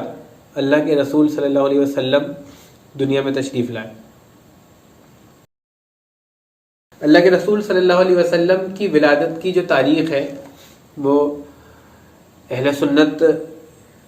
کی کتابوں میں عمومی جو روایت موجود ہے وہ 12 ربیع الاول کی موجود ہے کہ 12 ربیع الاول بروز پیر اللہ کے رسول صلی اللہ علیہ وسلم دنیا میں جلوہ افروز ہوئے۔ بعض سیرت نگار 12 کی جگہ 9 تاریخ کو ترجیح دیتے ہیں، اور بعض ماہر فلکیات جو ہیں انہوں نے بھی 9 تاریخ کی طرف اشارہ کیا، لیکن بہرحال پیر کا دن اہل سنت میں یہ سمجھا جاتا ہے کہ پیر کا دن تھا، ربیع الاول کا مہینہ تھا، اور عامۃ الفیل یعنی ہاتھی والوں کا سال تھا۔ اہل تشیع کے یہاں یہ تاریخ 17 ہے کہ 17 ربیع الاول کو، اور جمعے کا دن تھا جب اللہ کے رسول صلی اللہ علیہ وسلم دنیا میں آئے۔ مہینہ ربیع الاول ہی کا ہے، سال بھی یہی ہے۔ یہاں ایک سوال یہ پیدا ہوتا ہے کہ تاریخوں میں اختلاف کیوں؟ میں نے شروع میں بھی اس کی طرف اشارہ کیا تھا کہ اللہ کے رسول صلی اللہ علیہ وسلم کو نبوت ملنے کے بعد کی جو تاریخ ہے اس کو جمع کرنے کا، اس کو مرتب کر کے رکھنے کا اور اس کی حفاظت کرنے کا بہت اہتمام کیا گیا، خصوصاً مسلمانوں نے اس کے ایک ایک لمحے کو محفوظ کرنے کی کوشش کری، جو اصحاب رسول تھے، اس کے بعد تابعین، تبع تابعین، اور پوری سیرت نگاروں کی جو ایک تاریخ ہے اس میں جنہوں نے تحقیق کری ہے انہوں نے بہت محنت سے اس چیز کو جمع کر کے رکھا، اور وہ بات آگے آگے بڑھتی رہی۔ تو وہ تاریخ تو ہمارے پاس بہت معتبر اور بہت اوتھینٹک موجود ہے، جب اللہ کے رسول صلی اللہ علیہ وسلم کو نبوت مل چکی تھی، اور اس سے بھی کچھ وقت پہلے کے بھی واقعات اوتھینٹسٹی کے ساتھ موجود ہیں۔ لیکن جو اللہ کے رسول صلی اللہ علیہ وسلم کی ولادت کا وقت ہے، وہ وقت کی جو تاریخ ہے یا اس سے پہلے زمانے کی تاریخ جو ہے وہ اتنی زیادہ اوتھینٹک نہیں، لوگ اتنا لکھنے کا رواج نہیں تھا، تو جیسے جیسے جس کو یاد تھا اس نے اس حساب سے بیان کیا۔ تو ہمارے ہاں جو کتب احادیث ہیں اس کے اندر ایک بڑی تعداد جن احادیث کی ہے اس میں 12 تاریخ جو ہے وہ کہی جاتی ہے، اور یہی ہمارے ہاں عام طور پر مشہور ہے۔ جب اللہ کے رسول صلی اللہ علیہ وسلم کی ولادت ہوئی تو حضرت آمنہ نے حضرت عبد المطلب کو یہ پیغام بھجوایا کہ ایسے ایسے جو ہے عبداللہ کی یادگار جو ہے گھر میں آئی ہے۔ تو حضرت عبد المطلب آئے، حضرت عبد المطلب نے اللہ کے رسول صلی اللہ علیہ وسلم کو گود میں لیا اور کعبے میں لے گئے، اور وہاں پہ جا کے اللہ کی حمد و ثنا کے بعد آپ کا نام محمد رکھا۔ عرب کی جو تاریخ موجود ہے اس میں یہ نام کہیں بھی نہیں ملتا تاریخ میں، کہ اس نام کا کوئی بچہ جو ہے عرب میں گزرا ہو، کسی نے یہ نام نہیں رکھا تھا۔ اور یہ نام پہلی مرتبہ حضرت عبد المطلب نے کیا، چنانچہ بعض جو کفار تھے ان کو یہ بات بڑی عجیب لگی کہ لوگ تو جو بت وہاں پہ ہیں ان کے ناموں پہ نام رکھتے ہیں۔ ابو لہب کا نام عبد العزیٰ تھا، اسی طرح اور جو نام رکھتے تھے وہ یا تو ان کی نسبت سے رکھتے تھے یا کوئی ایسا نام ہوتا تھا جو رواج میں ہوتا تھا۔ یہ ایک ایسا نام جو رواج میں بھی نہیں ہے اور کسی ان کے جو جھوٹے معبود بنے ہوئے تھے ان سے کوئی نسبت بھی نہیں اس کی، لیکن بہرحال حضرت عبد المطلب جو ہے وہ بڑے بزرگ شخصیت تھے، اور جب انہوں نے نام رکھا تو سب خاموش رہے، کوئی کسی کے کچھ بولنے کی جرت نہ ہو۔ اللہ کے رسول صلی اللہ علیہ وسلم کی ولادت کے بعد سب سے پہلے اللہ کے رسول صلی اللہ علیہ وسلم کو دودھ پلانے کا جو شرف حاصل ہوا وہ حضرت صوبیہ کو ہوا، جو ابو لہب ہی کی کنیز تھی۔ کچھ دن انہوں نے اللہ کے رسول کو دودھ پلایا۔ عام طور سے عرب میں اور مکے میں یہ رواج تھا کہ جو بڑے گھر کے بچے ہوا کرتے تھے ان کو جو قبائلی لوگ ہوا کرتے تھے، گاؤں والے ہوا کرتے تھے، وہ آ کے لے جایا کرتے تھے اور دودھ پلانے کی ذمہ داری ان کی ہوتی تھی۔ پرورش کے لیے وہاں بھیج دیا جایا کرتا تھا، کیونکہ وہاں پہ ایک زیادہ نیچرل ایٹماسفیئر ہوتا تھا، زیادہ ایک صحت مند معاشرہ اور جو ہے ماحول ہوا کرتا تھا۔ اور بھی بہت سارے ایسے واقعات ہیں، سیرت نگاروں نے ان کو جمع کیا ہے، ابھی تفصیل کا موقع نہیں، لیکن یہ ایک رواج وہاں پہ تھا کہ جو ہے بچوں کو بھیج دیا جایا کرتا تھا، اور جب وہ دودھ ان کا چھوٹ جاتا تھا، تھوڑے بڑے ہو جاتے تھے، تھوڑی پرورش ہو جاتی تھی بچپن کی، تو وہ جو ہے انہیں واپس لا کے چھوڑ دیا جاتا تھا۔ تو حضرت جب عورتیں آئیں لینے کے لیے بچوں کو، تو سب عورتوں نے یہ کوشش کری کہ ایسے بچوں کو حاصل کریں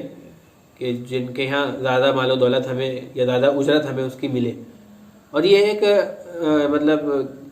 آبویس سی بات ہے، اس وقت کسی کو معلوم تو تھا نہیں کہ یہ بچہ جو ہے جو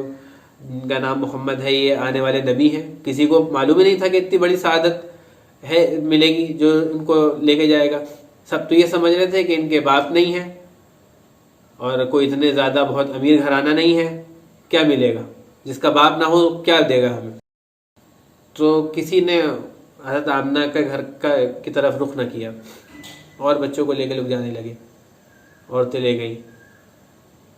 اسی بیچ وہاں پہ ایک خاتون آئی، حلیمہ سعدیہ جن کا نام۔ حلیمہ سعدیہ شروع میں ادھر ادھر دیکھا انہوں نے، لیکن کوئی بچہ انہیں ہاتھ نہیں لگا، سب بچے جا چکے تھے، تو انہیں یہ پتہ چلا کہ ایک بچہ بھی رہ گیا ہے، اور حضرت آمنہ کے تعلق سے ان کو خبر ہوئی، تو وہ حضرت آمنہ کے پاس گئی۔ جب آپ حضرت آمنہ کے پاس گئی تو حضرت آمنہ نے ان کو سب معاملہ بتایا، اور انہیں یہ بھی احساس ہوا کہ بہت کچھ شاید ملنے والا نہیں ہے، نہ ملے بہت کچھ زیادہ، لیکن خالی ہاتھ جانے سے اچھا ہے کہ جو مل رہا ہے وہ لے لیا جائے۔ چنانچہ انہوں نے اللہ کے رسول صلی اللہ علیہ وسلم کو لے لیا۔ اس وقت تک انہیں وہم و گمان میں نہیں تھا کہ انہوں نے کتنی بڑی رحمت اور کتنی بڑی نعمت کتنی بڑی سعادت ان کو حاصل ہوئی۔ انہیں احساس نہیں تھا کہ وہ جو عورتیں اتنے بڑے بڑے پیسے اور اتنے بڑے مال و دولت اور اجرت لے کے جا رہی تھی اور اجرت کے حساب سے بچوں کو لے کے جا رہی تھی، ان کو تاریخ جانتی نہیں، کوئی نہیں جانتا کہ وہاں پہ اس دن کون عورت آئی ہے، کسی ایک عورت کا نام بھی کوئی نہیں جانتا سوائے حلیمہ سعدیہ کے۔ اللہ تبارک و تعالیٰ نے ان کے نصیب میں، ان کی قسمت میں یہ سعادت لکھی تھی۔ چنانچہ شروع میں انہیں ایک محرومی ملی، کچھ نہیں مل رہا ہے، کوئی مال و دولت ملنے کی وہ نہیں، لیکن قیامت تک کے لیے اللہ کے رسول صلی اللہ علیہ وسلم کی زندگی کا، کہ بچپن کا، ولادت کا جب ذکر ہوگا تو اللہ تعالیٰ نے حضرت حلیمہ سعدیہ کا نام ان کے ساتھ جوڑ دیا۔ اس کی برکتوں کا نزول بھی فوراً شروع ہوا۔ یہ حضرت حلیمہ جو تھیں یہ قبیلہ بنی سعد کی خاتون تھیں۔ تاریخ میں آتا ہے کہ جب حضرت حلیمہ سعدیہ اللہ کے رسول صلی اللہ علیہ وسلم کو لے کے واپس جا رہی تھی تو وہ اونٹنی جس سے وہ آئی تھی وہ بہت کمزور تھی، اور وہ 2-3 اونٹنیوں کے ساتھ آئی تھی، اور سب سے زیادہ کمزور اونٹنی جو تھی جس پہ وہ بیٹھی تھی وہ پیچھے پیچھے آرام سے چلتی ہوئی آ رہی تھی۔ لیکن جب وہ واپسی میں اس پہ سوار ہو کے چلی ہے تو اس کی صحت ایک دم سے اچھی ہو گئی اور وہ تیز ایک دم سب سے آگے چل رہی تھی۔ اس کے علاوہ جو جتنے وقت اللہ کے رسول صلی اللہ علیہ وسلم ان کے گھر میں رہے، عجیب و غریب برکتوں کا، رحمتوں کا نزول کے گھر میں ہونے لگا۔ ایسی چیزیں جن کی امید ان کو نہیں تھی، وہ سعادتیں اور وہ رحمتیں ان کو حاصل ہوئی۔ وہاں پہ پوری اس بستی میں رحمتوں کی بارشیں ہوئیں، اور خالی رحمتوں ہی کی بارش نہیں ہوئی بلکہ رحمت والی بارش بھی ہوئی۔ تو گویا کہ اس پورے علاقے میں جس میں حضرت حلیمہ سعدیہ اللہ کے رسول صلی اللہ علیہ وسلم کو لے کے گئیں، جو ان کا گاؤں تھا، جو ان کا علاقہ تھا، اس پورے علاقے میں اللہ کے رسول صلی اللہ علیہ وسلم کی برکتیں، اللہ کے رسول صلی اللہ علیہ وسلم کے ساتھ جو رحمتیں نازل ہو رہی تھیں، ان کا نزول ہر جگہ دکھنے لگا۔ اللہ کے رسول صلی اللہ علیہ وسلم کے دودھ پینے کا جب وقت پورا ہو گیا، اس کے بعد اللہ کے رسول صلی اللہ علیہ وسلم بچوں کے ساتھ کھیلا کرتے تھے، وہیں پہ بکریاں چراتے تھے۔ 3-3.5 سال کی تقریباً عمر تھی۔ اس میں اللہ کے رسول صلی اللہ علیہ وسلم کے ساتھ ایک حادثہ پیش آیا۔ اللہ کے رسول صلی اللہ علیہ وسلم بچوں کے ساتھ گئے تھے بکریاں چرانے، اچانک بچے واپس بھاگتے ہوئے آئے اور انہوں نے حضرت حلیمہ سعدیہ سے یہ بات کہی کہ ابھی بہت عجیب و غریب واقعہ ہوا ہے۔ کسی نے محمد کو اٹھایا صلی اللہ علیہ وسلم، ان کا سینہ چاک کیا اور ہم بھاگ گیا دیکھ کے بتانے کے۔ حضرت حلیمہ سعدیہ جو ہے بھاگتی ہوئی گئی، وہاں جا کے دیکھا تو اللہ کے رسول صلی اللہ علیہ وسلم بالکل صحیح سلامت ہے۔ تو حضرت حلیمہ سعدیہ نے یہ بات اللہ کے رسول سے کہی کہ جو ہے بچے تو ایسے بتا رہا ہے کہ ایسا ہوا۔ تو اللہ کے رسول نے فرمایا کہ جو ہے ہاں ایک شخص آیا تھا، اس نے جو ہے میرا سینہ چاک کیا، میرا اندر سے کچھ نکالا اور اس کے بعد اندر رکھا، اس کے بعد وہ دل اندر رکھا اور بند کر دیا۔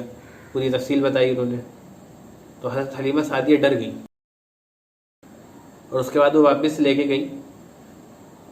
روایات میں آتا ہے کہ جب وہ واپس لے کے گئی تو وہاں پہ مکے کے اندر ایک وبا پھیلی ہوئی تھی۔ تو حضرت آمنہ نے حضرت حلیمہ سے کہا کہ ابھی اسے واپس لے جاؤ، ڈرو نہیں۔ اس واقعے کو سیرت نگار شق صدر کے نام سے درج کرتے ہیں کہ وہ وقت جب اللہ کے رسول کا جو سینہ ہے وہ شق چاک کر دیا گیا۔ لیکن اس کی حقیقت یہ تھی اس واقعے کی، میں اس کی تھوڑی تفصیل آ جائے تو زیادہ بہتر ہے ورنہ غلط فہمی ہو جائے گی۔ اللہ کے رسول صلی اللہ علیہ وسلم کے پاس جو شخص وہ آئے تھے، روایات میں آتا کہ وہ حضرت جبریل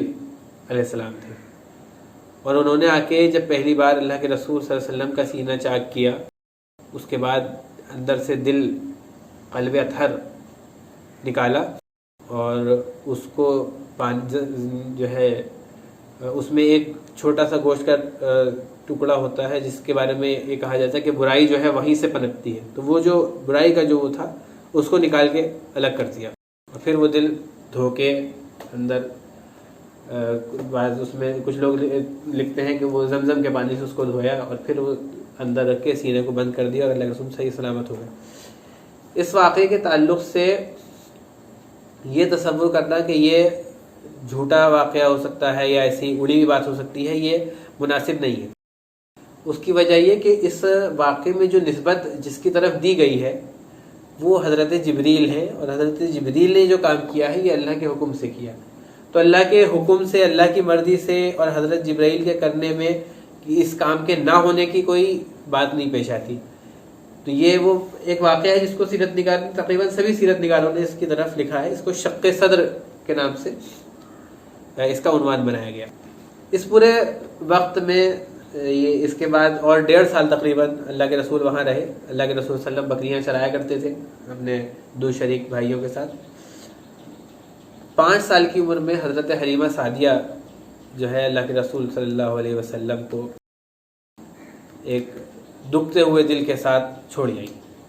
حضرت حلیمہ سعدیہ نہیں چاہتی تھی، ان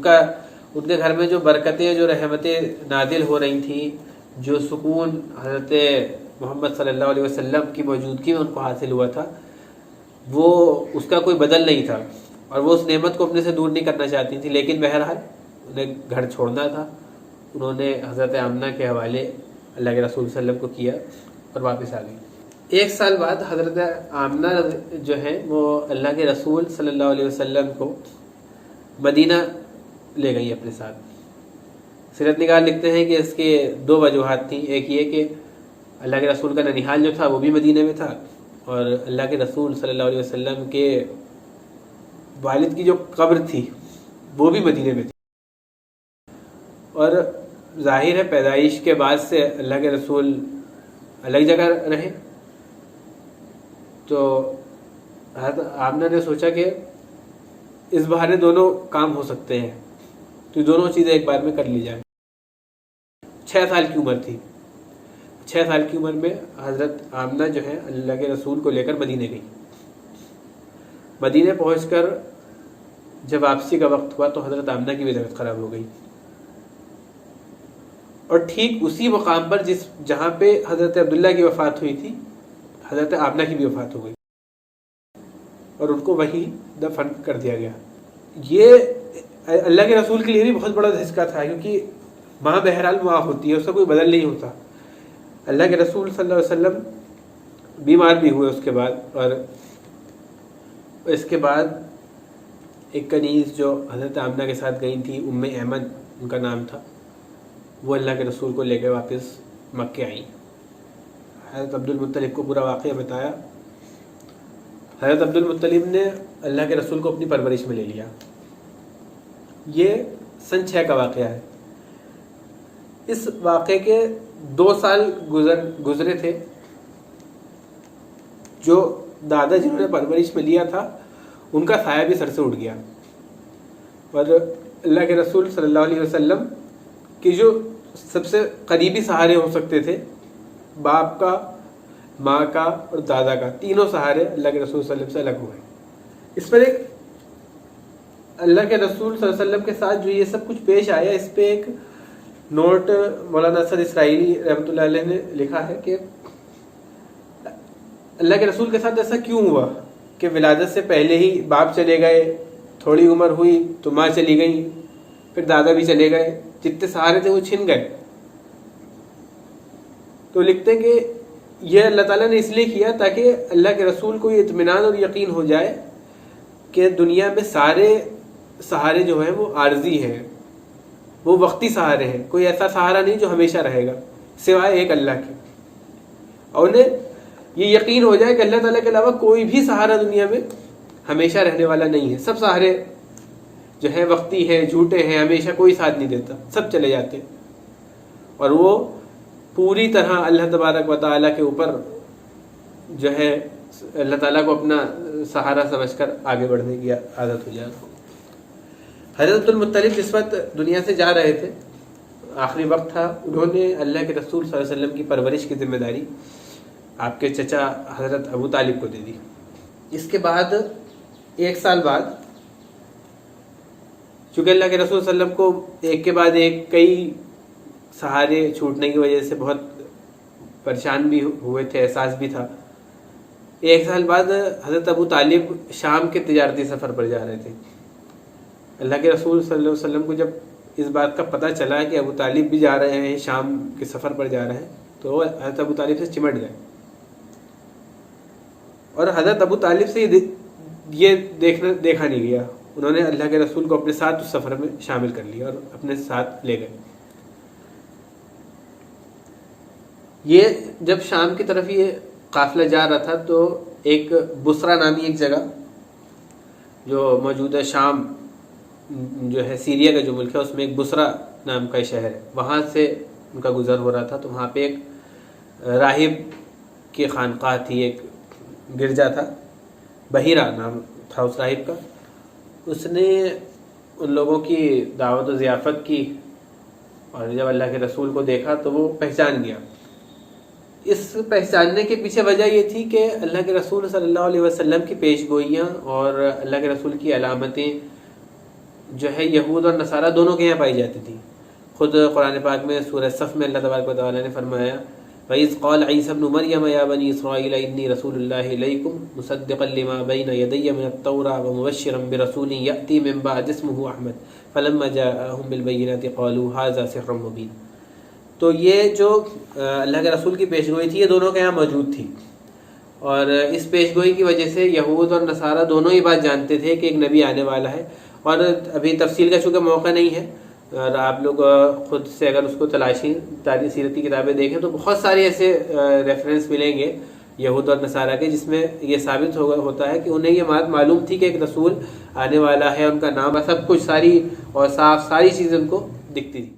تو وہ اس بحیرہ نامی راہب جو تھے انہوں نے کہا کہ آپ شام مت جائیے، اگر یہودیوں کو پتہ چل گیا کہ یہ رسول آ گئے ہیں تو وہ جو ہے ان کی جان کے دشمن ہو جائیں گے، آپ انہیں واپس مکہ لے جائیے. اس لیے حضرت ابو طالب جو تھے وہ اللہ کے رسول صلی اللہ علیہ وسلم کو لے کر واپس مکہ آ گئے. جس وقت اللہ کے رسول صلی اللہ علیہ وسلم کی ولادت ہوئی ہے اس وقت کا ایک کچھ واقعات ایسے ہیں اس وقت کے جو سیرت نگاروں نے نقل کیے ہیں اپنی جو سیرت کی کتابیں ہیں ان میں. ایک واقعہ یہ آتا ہے کہ جب اللہ کے رسول صلی اللہ علیہ وسلم کی ولادت ہوئی تو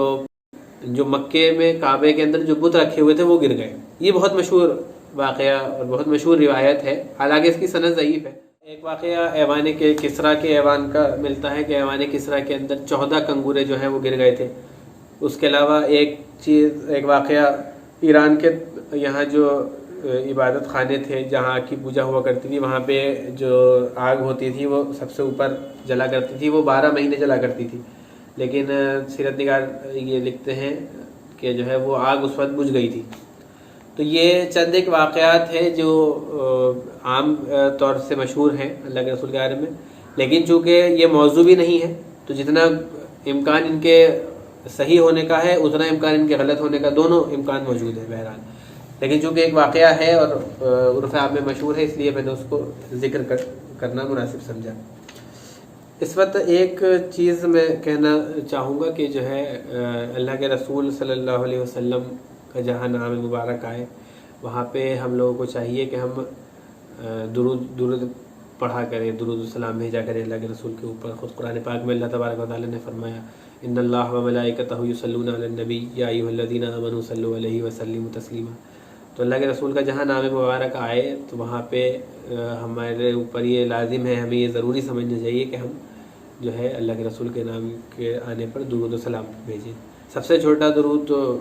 جو ہے وہ صلی اللہ علیہ وسلم کہنا ہی ہے، زبان سے نہ صحیح دل میں کہہ دیں، اگر زبان سے بار بار نہ کہہ پائیں، جو بھی بہرحال کہنا چاہیے اور یہ ادا ہو زیادہ بہتر ہے. اللہ کے رسول صلی اللہ علیہ وسلم کی خصوصیات نبوت سے پہلے کی جو تھی ان کو ہمیں دیکھنا چاہیے. اس کا اہمیت کیا ہے، اس کی ضرورت کیا ہے. ایک چیز یہ سوچنے کی ہے کہ اللہ کے رسول صلی اللہ علیہ وسلم کی جو نبوت ہے اس سے اسلام شروع ہوتا ہے. اگر دیکھیں تو اسلام کے جو احکام اور قوانین اور جو اصول ہیں، جو اللہ کے رسول کی تعلیمات ہیں، وہ دیکھیں تو اللہ کے رسول کو نبوت ملنے کے بعد سے شروع ہوتی ہیں، ان کو احکام کی شکل تک اختیار کرتی ہیں. لیکن پہلے کی کیا ضرورت ہے، پہلے کی ہم کیوں اتنا جائزہ لے رہے ہیں؟ اس کا جواب یہ ہے کہ اللہ کے رسول صلی اللہ علیہ وسلم کو جب نبوت ملی اس وقت اللہ کے رسول صلی اللہ علیہ وسلم کیا معاشرہ کیسا تھا اور اس میں اللہ کے رسول کی کریکٹرسٹک کیسی تھی، یہ سمجھنا بہت ضروری ہے. اللہ کے رسول کو نبوت ملنے کے لیے جو منتخب کیا گیا اس میں ایسی کیا خصوصیات اللہ کے رسول کے اندر تھی، کون سی خوبیاں موجود تھیں جو بہت اللہ کے رسول کو ایک الگ ممتاز شخصیت عرب کے معاشرے میں اور مکے کے معاشرے میں بناتی تھی. وہ چیزیں ہمارے سامنے کچھ آ جائیں تو کچھ چند چیزیں میں نے نوٹ کری ہیں. اس میں ایک ہے کہ اللہ کے رسول صلی اللہ علیہ وسلم کے اندر کوئی بھی جو عام طور سے بری عادتیں بچوں میں یا نوجوانوں میں آ جاتی ہیں، ایسی کوئی عادت اللہ کے رسول کے اندر موجود نہیں تھی. شرک کی جو رواج عرب کے معاشرے میں تھا اس کا کوئی شائبہ تک، اس کی کوئی چھاؤں تک جو ہے پرچھائی بھی اللہ کے رسول کے اوپر نہیں پڑی تھی. ایک واقعہ آتا ہے کہ اللہ کے رسول صلی اللہ علیہ وسلم کے ساتھ اور جو بچے تھے سب لوگ ایک میلہ لگا اس میں جانے لگے، اور اس میلے میں سب وہی جو میلوں میں بات چیزیں ہوا کرتی ہیں، شرک بھی تھا، فحاشی بھی، سب کچھ تھا۔ تو اللہ کے رسول صلی اللہ علیہ وسلم جاتے میں ایک جگہ رکے اور بیٹھے، اور اللہ کے رسول کو وہاں نیند آ گئی۔ باقی جو لوگ تھے وہ آگے چلے گئے، باقی وہاں سے واپس آئے تو دیکھا اللہ کے رسول تو گئے نہیں، یہاں سو رہے ہیں، تو انہوں نے اٹھایا اللہ کے رسول کو، تو اللہ کے رسول اٹھ کے واپس ساتھ میں آ گئے۔ تو اس طرح سے اللہ تبارک و تعالیٰ نے اللہ کے رسول کی پوری حفاظت کری۔ شرک سے لا تعلقی اور شرک سے دوری کا یہ معاملہ تھا کہ کوئی 0.0001% بھی اس بات کی گنجائش نہیں کسی کے لیے کہ وہ یہ تصور کسی بھی واقعے سے کر سکے کہ اللہ کے رسول صلی اللہ علیہ وسلم کی زندگی میں کہیں شرک کی کوئی پرچھائی بھی موجود ہو۔ اللہ کے رسول نے تو شرک ختم کر دیا کہ تو اللہ کے رسول کی زندگی میں اگر خدا نخواستہ نعوذ باللہ شرک کی کوئی بات ہوتی تو کوئی سوال ہی نہیں اٹھتا تھا اتنی بڑے کام کا۔ تو اللہ کے رسول کی پوری حفاظت اللہ تعالیٰ نے کری، اور اللہ کے رسول نے اپنی پوری حفاظت اس کام کی لے کی، اور ہر اس بری عادت سے، یہاں تک کہ شرک کی نجاست جس میں پورا عرب کا معاشرہ اندر ڈوبا ہوا تھا، اس نجاست سے بھی اپنے آپ کو پاک رکھا۔ اس کے علاوہ اللہ کے رسول کی ایک کوالٹی یہ تھی کہ آپ صلی اللہ علیہ وسلم خوب ہمت والے تھے، حیادار تھے، بے شرمی اور بے حیائی کا کوئی کام اگر کسی شخص کے بارے میں تصور ہو سکتا تھا کہ اس کے یہاں نہیں ہو سکتا تو وہ اللہ کے رسول تھے۔ اللہ کے رسول کے بارے میں کوئی شخص، یہاں تک کہ اللہ کے رسول کے دشمن بھی الزام نہیں لگا سکتے تھے اللہ کے رسول کے اوپر کہ جو ہے آپ صلی اللہ علیہ وسلم نے کوئی بے شرمی کا کام کیا ہو، نعوذ باللہ۔ بالکل پاک و صاف مطہرہ زندگی، جس کا ایک ایک لمحہ، ایک ایک باب روشن، کوئی ایک میل کچیل کسی طرح کا نہیں، نہ شرک کا، نہ بے حیائی کا، نہ فحاشی کا، نہ کسی بری عادت کا، نہ گالی گلوچ کا، نہ کسی کی حق تلفی کا، نہ کسی پہ ظلم کا، یہاں تک کہ جھوٹ اور امانت میں خیانت کا بھی کوئی شائبہ اللہ کے رسول کی ذات میں نہیں تھا۔ اس لیے ہم جانتے ہیں کہ اللہ کے رسول صلی اللہ علیہ وسلم کو 2 لقب خود عرب کے لوگوں نے دیے تھے نبوت سے پہلے، ایک صدیق، ایک صادق اور ایک امین۔ اس کے علاوہ اللہ کے رسول صلی اللہ علیہ وسلم کسی سے ناشائستگی سے بات نہیں کرتے تھے، گالم گلوچ کی کوئی ایسا نازیبا الفاظ بھی استعمال نہیں کرتے تھے جو کسی درجے میں دنیا میں یہ سمجھا جاتا ہو کہ یہ درست لفظ نہیں ہے۔ ایک دم پاکیزہ الفاظ کا استعمال کیا کرتے تھے، اور سیدھی بات کرتے تھے، گھما پھرا کے لگے لپٹی باتیں کرنے کا اللہ کے رسول کو شوق نہیں تھا۔ جو بات ہوتی تھی صاف کہتے تھے، سچی کہتے تھے۔ اس میں اللہ کے رسول کی زندگی میں پھر ظاہر ہے ہر کسی کی زندگی میں وقت آتا ہے کہ اسے اپنے پیروں پر کھڑا ہونا ہوتا ہے، معاش کی تلاش کرنی ہوتی ہے۔ تو اس معاش کی تلاش میں بھی اللہ کے رسول نے جو کام منتخب کیا وہ بکریاں چرانے کا کام تھا۔ آپ صلی اللہ علیہ وسلم اجرت پہ جو ہے بکریاں چرایا کرتے تھے لوگوں کی، اور یہ کام مکے کی سوسائٹی کے اندر سب سے زیادہ جو ہے شریفانہ کام سمجھا جاتا تھا۔ اس سے زیادہ شرافت کا کوئی کام مکے کی سوسائٹی میں نہیں تھا۔ اللہ کے رسول نے وہ کام اختیار کیا۔ اس کے علاوہ اللہ کے رسول صلی اللہ علیہ وسلم کے بچپنے میں ایک جنگ مکے والوں کی ہوئی، قریش کی جنگ ہوئی قبیلہ قیس کے ساتھ، جس کا نام حرب فجار ہے، جنگ فجار کہتے ہیں اس کو۔ تو اس جنگ میں اللہ کے رسول صلی اللہ علیہ وسلم نے جنگی مہارت سیکھی، بہت کچھ اللہ کے رسول کو سیکھنے کا موقع ملا وہاں پہ، جسے جو کچھ خدمتیں ہوا کرتی تھیں، جنگی خدمات جو ہوا کرتی تھی جنگ لڑنے والوں کے لیے، تیر جمع کرنا گرے ہوئے، وہ اللہ کے رسول صلی اللہ علیہ وسلم نے کری۔ اس میں اللہ کے رسول صلی اللہ علیہ وسلم کو جنگی مہارت حاصل ہوئی، گھڑ سواری اور تلوار بازی، یہ سب چیزیں کا انہیں قریب سے دیکھنے کا موقع ملا، اور جو جنگی طور طریقے تھے ان سب سے اللہ کے رسول کو ایک واقفیت حاصل ہو گئی۔ ایک اہم وصف جو اللہ کے رسول کا تھا وہ یہ کہ اللہ کے رسول صلی اللہ علیہ وسلم ظلم نہیں دیکھ سکتے تھے۔ کہیں بھی ظالم اگر ظلم کر رہا ہوتا تھا تو اللہ کے رسول مظلوم کے لیے آواز اٹھاتے تھے، مظلوم کے لیے اور محتاجوں کے لیے ہمیشہ اللہ کے رسول کے دل میں شفقت اور محبت تھی، جو عرب کے معاشرے میں بالکل ایک اجنبی چیز تھی، جس کا کوئی تصور نہیں تھا، خاص طور پر اشرافیہ کے خاندان میں۔ اللہ کے رسول صلی اللہ علیہ وسلم اس خاندان سے ہیں جو سرداروں کا خاندان تھا، قریش مکہ کا خاندان، بنو ہاشم، حضرت عبد المطلب جن کا بستر جو ہے کعبے کے سائے میں لگتا تھا، ایسے شخص کا پوتا جو ہے وہ مزدوروں، مظلوموں، غلاموں کے ساتھ شفقت اور رحمت سے پیش آتا ہو، محبت سے پیش آتا ہو، یہ تصور بہت بڑا عجیب تھا لوگوں کے لیے، لوگوں کو سمجھ نہیں آ رہا تھا اور کہیں بھی اگر کوئی دیکھتے تھے کوئی پیاسا ہے، غلاموں کو عام طور سے ظلم ہوتا تھا، ایسی پیاسا بھوکا پیاسا چھوڑ دیا جاتا تھا، تو اللہ کے رسول ان کو کھانا پانی دیا کرتے تھے جا کے۔ اس سب کوالٹیز میں ایک کوالٹی کے بارے میں ایک بات وضاحت کر دیں زیادہ اچھا ہوگا، کہ ہم نے ایک اللہ کے رسول کا وصف ذکر کیا کہ اللہ کے رسول نے بکریاں چرائیں۔ اللہ کے رسول صلی اللہ علیہ وسلم سے خود ایک صحیح حدیث میں اس بات ثابت ہے کہ آپ صلی اللہ علیہ وسلم نے فرمایا کہ بکریاں چرانا انبیاء کی سنت ہے۔ ایک صحابی نے پوچھا اللہ کے رسول کیا آپ نے بھی بکریاں چرائی ہیں؟ تو اللہ کے رسول نے کہا کہ ہاں میں نے بھی بکریاں چرائی ہیں۔ اور پھر اللہ کے رسول نے قبیلہ بنی سعد کا، جہاں آپ بچپن میں حلیمہ سعدیہ کے ساتھ رہا کرتے تھے، وہاں پہ بکریاں چرانے کا واقعہ ذکر کیا، اور ایک مکے میں بکریاں چرانے کا واقعہ ذکر کیا۔ اب ایک شخصیت جو بہت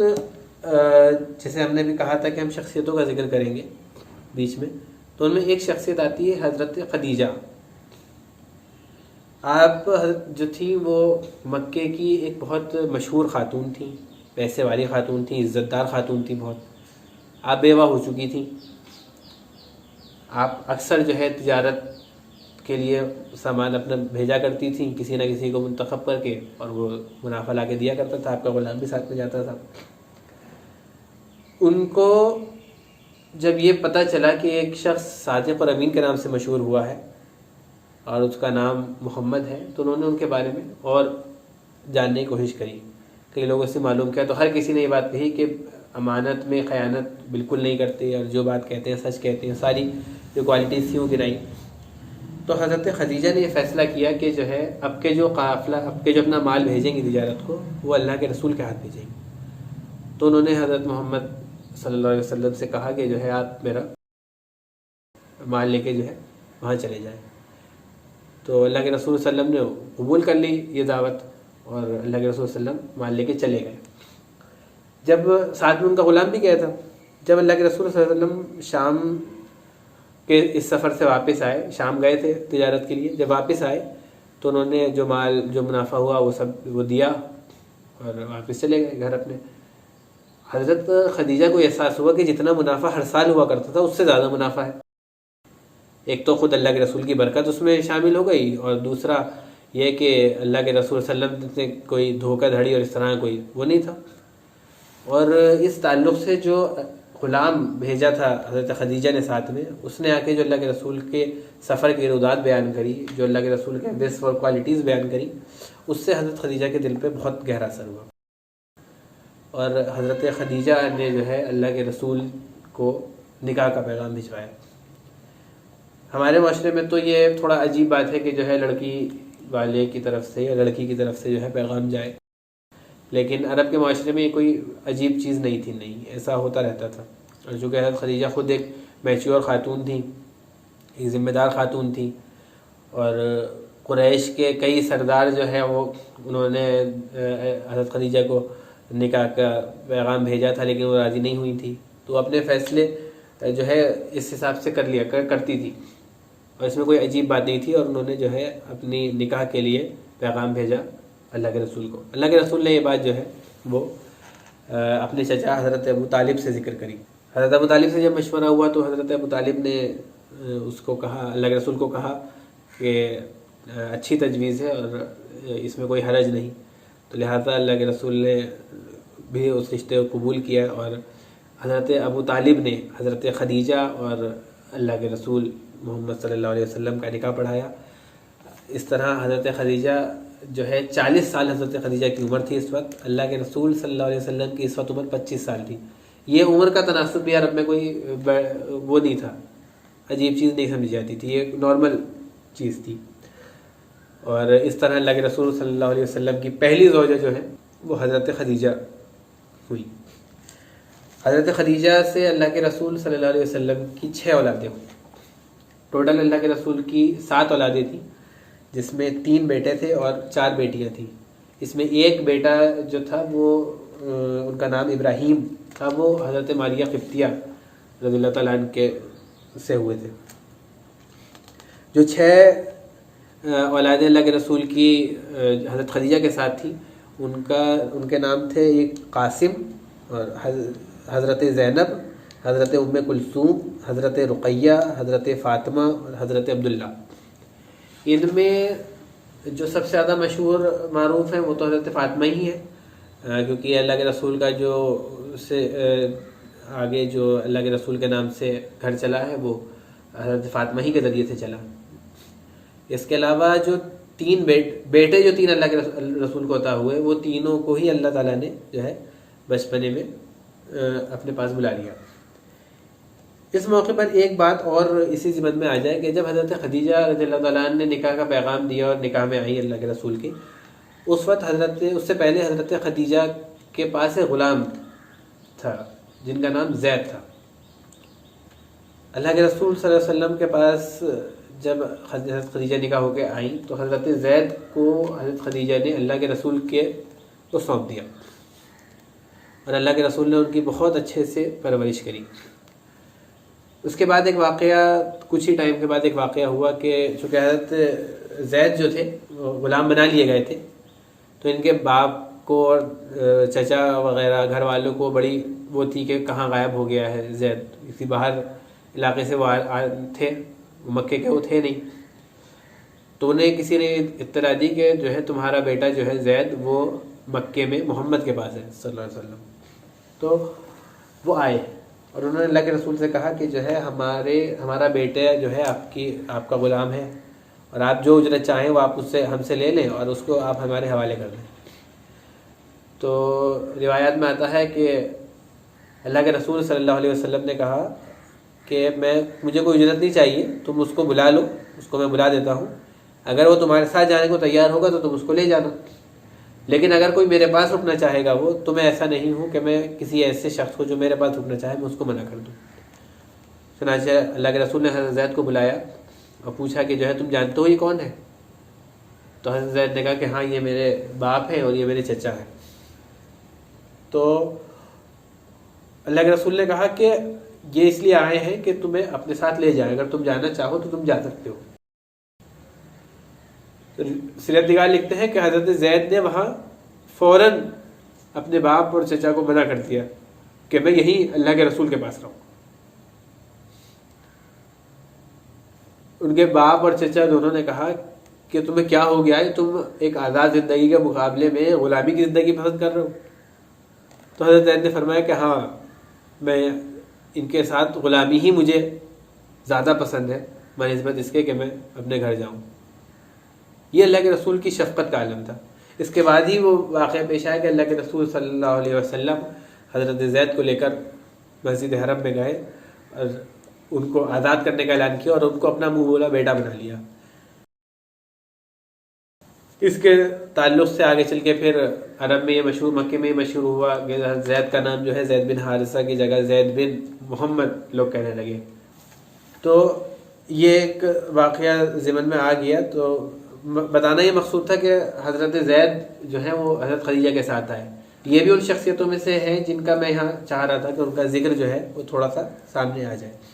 حضرت خدیجہ سے نکاح کے بعد اللہ کے رسول صلی اللہ علیہ وسلم کے چچا ابو طالب کے یہاں ایک بیٹا پیدا ہوا، تقریباً 5 سال بعد کا واقعہ ہے۔ جیسا بھی میں نے ضمناً ذکر کیا تھا کہ سیرت نگار لکھتے ہیں کہ واقعہ فیل کے 30 سال بعد جو ہے حضرت علی کی ولادت ہوئی۔ تو حضرت علی کی جب ولادت ہوئی تو کچھ ٹائم میں اللہ کے رسول صلی اللہ علیہ وسلم نے حضرت علی کو بھی اپنی سرپرستی میں لے لیا۔ اس کی وجہ یہ تھی کہ حضرت ابو طالب بھی اللہ کے رسول کو بالکل شروع سے 9 سال کی عمر سے حضرت ابو طالب جو ہے اللہ کے رسول کی پرورش کر رہے تھے۔ مالی طور سے کوئی ایسے کمزور نہیں تھے، لیکن پھر بھی ایک پرورش کا جو بوجھ ہوتا ہے اس کو ہلکا کرنے کے لیے، کافی عمر تھی ان کی، تو ان کا سہارا بننے کے لیے ان کا حضرت علی کو جو ہے اپنے پاس رکھ لیا اللہ کے رسول نے۔ اللہ کے رسول نے حضرت علی کی پرورش بھی کی۔ اس کے بعد ایک واقعہ جو بہت اہم پیش آتا ہے اللہ کے رسول کو نبوت ملنے سے پہلے، وہ کعبے کی تعمیر نو کا ہے۔ ایک مرتبہ یہ طے ہوا کفار میں، قریش مکہ میں، کہ جو ہے کعبے کو ہم منہدم کر دیں، اسے گرا دیں اور دوبارہ ایک پکی عمارت تیار کریں، کیونکہ ابھی تک جو عمارت تھی وہ کچی تھی، وہ پختہ عمارت نہیں تھی، بہت زیادہ موسم کی مار نہیں جھیل پاتی تھی زیادہ، تو اس کے لیے یہ طے ہوا کہ ہم جو ہے ایک پکی عمارت کو تیار کریں اور بہت مضبوط عمارت ہو، تھوڑا اچھے سے دوبارہ تیار کریں۔ بہرحال وہ گرائے جو ہے اس کو منہدم کیا گیا، اور اس کے بعد اس کی دیواریں دوبارہ کھڑی کری گئیں۔ جب وہ پورا تیار ہو گیا تو تیار ہونے میں تو خوب لوگ چاہیے تھے، تو سب نے مل بیٹھ کے کام کر لیا، لیکن جب حجر اسود کو نصب کرنے کا موقع آیا تو وہاں پہ ایک شدید اختلاف ہو گیا۔ ہر کوئی چاہتا تھا کہ یہ سعادت اس کے حصے میں آئے، اور ہر کوئی جو ہے اس بات کا طلبگار ہو گیا کہ وہ جو ہے حجر اسود کو نصب کرے۔ جب بہت زیادہ معاملات بگڑے تو جو قریش کے بڑے تھے انہوں نے یہ مشورہ کیا کہ ابھی یہ مسئلہ چھوڑ دیتے ہیں، کل صبح کو جو حرم میں سب سے پہلے آئے گا وہ اس مسئلے میں فیصلہ کرے گا، اور وہ جو فیصلہ کرے گا وہ سب کو ماننا ہوگا۔ تو لوگ چلے گئے۔ اگلے روز جب صبح لوگ آئے تو وہاں کے دیکھا کہ اللہ کے رسول صلی اللہ علیہ وسلم حرم میں موجود ہیں، اور اللہ کے رسول صلی اللہ علیہ وسلم کے تعلق سے جو بات مشہور تھی اس کا اظہار وہاں ہوا ایک دم۔ جیسے ہی لوگوں نے دیکھا کہ اللہ کے رسول وہاں موجود ہیں، فوراً لوگ چیخنے لگے کہ یہ تو صادق اور امین موجود ہے، یہ بے شک یہ جو فیصلہ کرے گا وہ صحیح ہوگا، اور ہمیں وہ فیصلہ قبول ہے۔ اور اللہ کے رسول صلی اللہ علیہ وسلم نے جو فیصلہ کیا وہ بھی ایسا کہ یہ پورا کا پورا نزاع جھگڑا جو تھا وہ ختم ہو گیا، اور سب مطمئنہ خوش ہو گئے۔ اللہ کے رسول صلی اللہ علیہ وسلم نے کہا کہ ایک چادر بچھائی جائے، اور سارے قبیلے اس چادر کے جو کنارے ہیں وہ پکڑ لیں، قبیلے کے لوگ جو ہیں مل کے، اور اسے اٹھایا جائے اتنی اونچائی تک جہاں پہ اسے نصب کرنا ہے۔ سب نے اسے مل کر اٹھایا، اور پھر اللہ کے رسول نے اسے اپنے مبارک ہاتھوں سے لے کر کعبے کے اندر نصب کر دیا۔ حجر اسود کے بارے میں چونکہ بات آئی ہے تو اس کا بھی تھوڑا سا تعارف ہو جائے۔ حجر اسود وہ پتھر ہے جس کے بارے میں روایت میں آتا ہے کہ وہ جنت سے بھیجا گیا تھا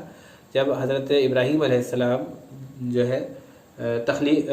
کعبے کی تعمیر کر رہے تھے۔ اس تعمیر کے لیے حجر اسود کو اللہ تعالیٰ نے جنت سے بھیجا تھا، تو وہ جنت سے بھیجا ہوا پتھر ہے، اور اسی لیے حج میں بھی جب ہم جاتے ہیں تو ہمیں پتہ ہے کہ ہم کوشش کرتے ہیں،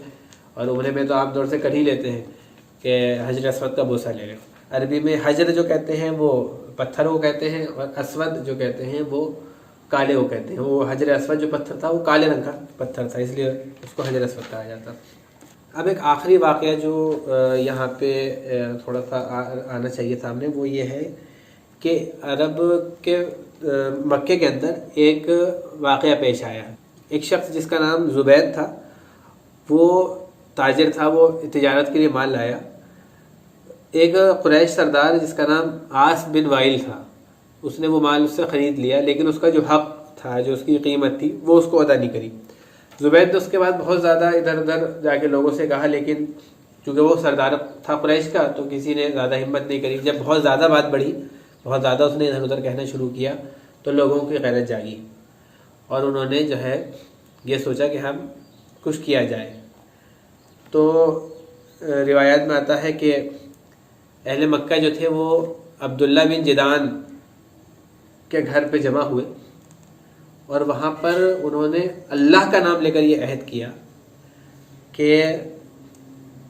ظالم کے مقابلے میں مظلوم کی حمایت کے لیے ہم ایک ہاتھ کی طرح رہیں گے، اور ایک ہاتھ کی طرح ہی کام کریں گے جب تک کہ ظالم مظلوم کا حق نہ دے دے۔ یہاں پہ ایک چیز غور کرنے کی ہے کہ یہ جو حلف اٹھایا گیا ظالم کے خلاف مظلوم کی حمایت کا، یہ حلف کسی ان بتوں کے نام پر نہیں اٹھایا گیا جو عرب میں مشہور تھے، بلکہ اللہ کے نام پر اٹھایا گیا۔ تو گویا کہ وہ اللہ کے نام سے ایسا نہیں تھا کہ ناواقف تھے، اللہ کا نام وہاں موجود تھا۔ جو ہم نے پہلی قسط میں یہ بات کہی تھی کہ دین ابراہیمی کے باقیات وہاں موجود تھے، رسم و رواج اور کچھ چیزیں ایسی تھیں جن سے دین ابراہیمی سے جو ان کا تعلق تھا وہ واضح ہوتا تھا۔ اسی میں ایک یہ چیز بھی ہے کہ وہ اللہ کے نام سے واقف تھے، اور اللہ تعالیٰ ہی کو خدا جانتے تھے، کعبے کو اللہ تعالیٰ ہی کا گھر مانتے تھے۔ یہ جو معاہدہ طے پایا وہاں پہ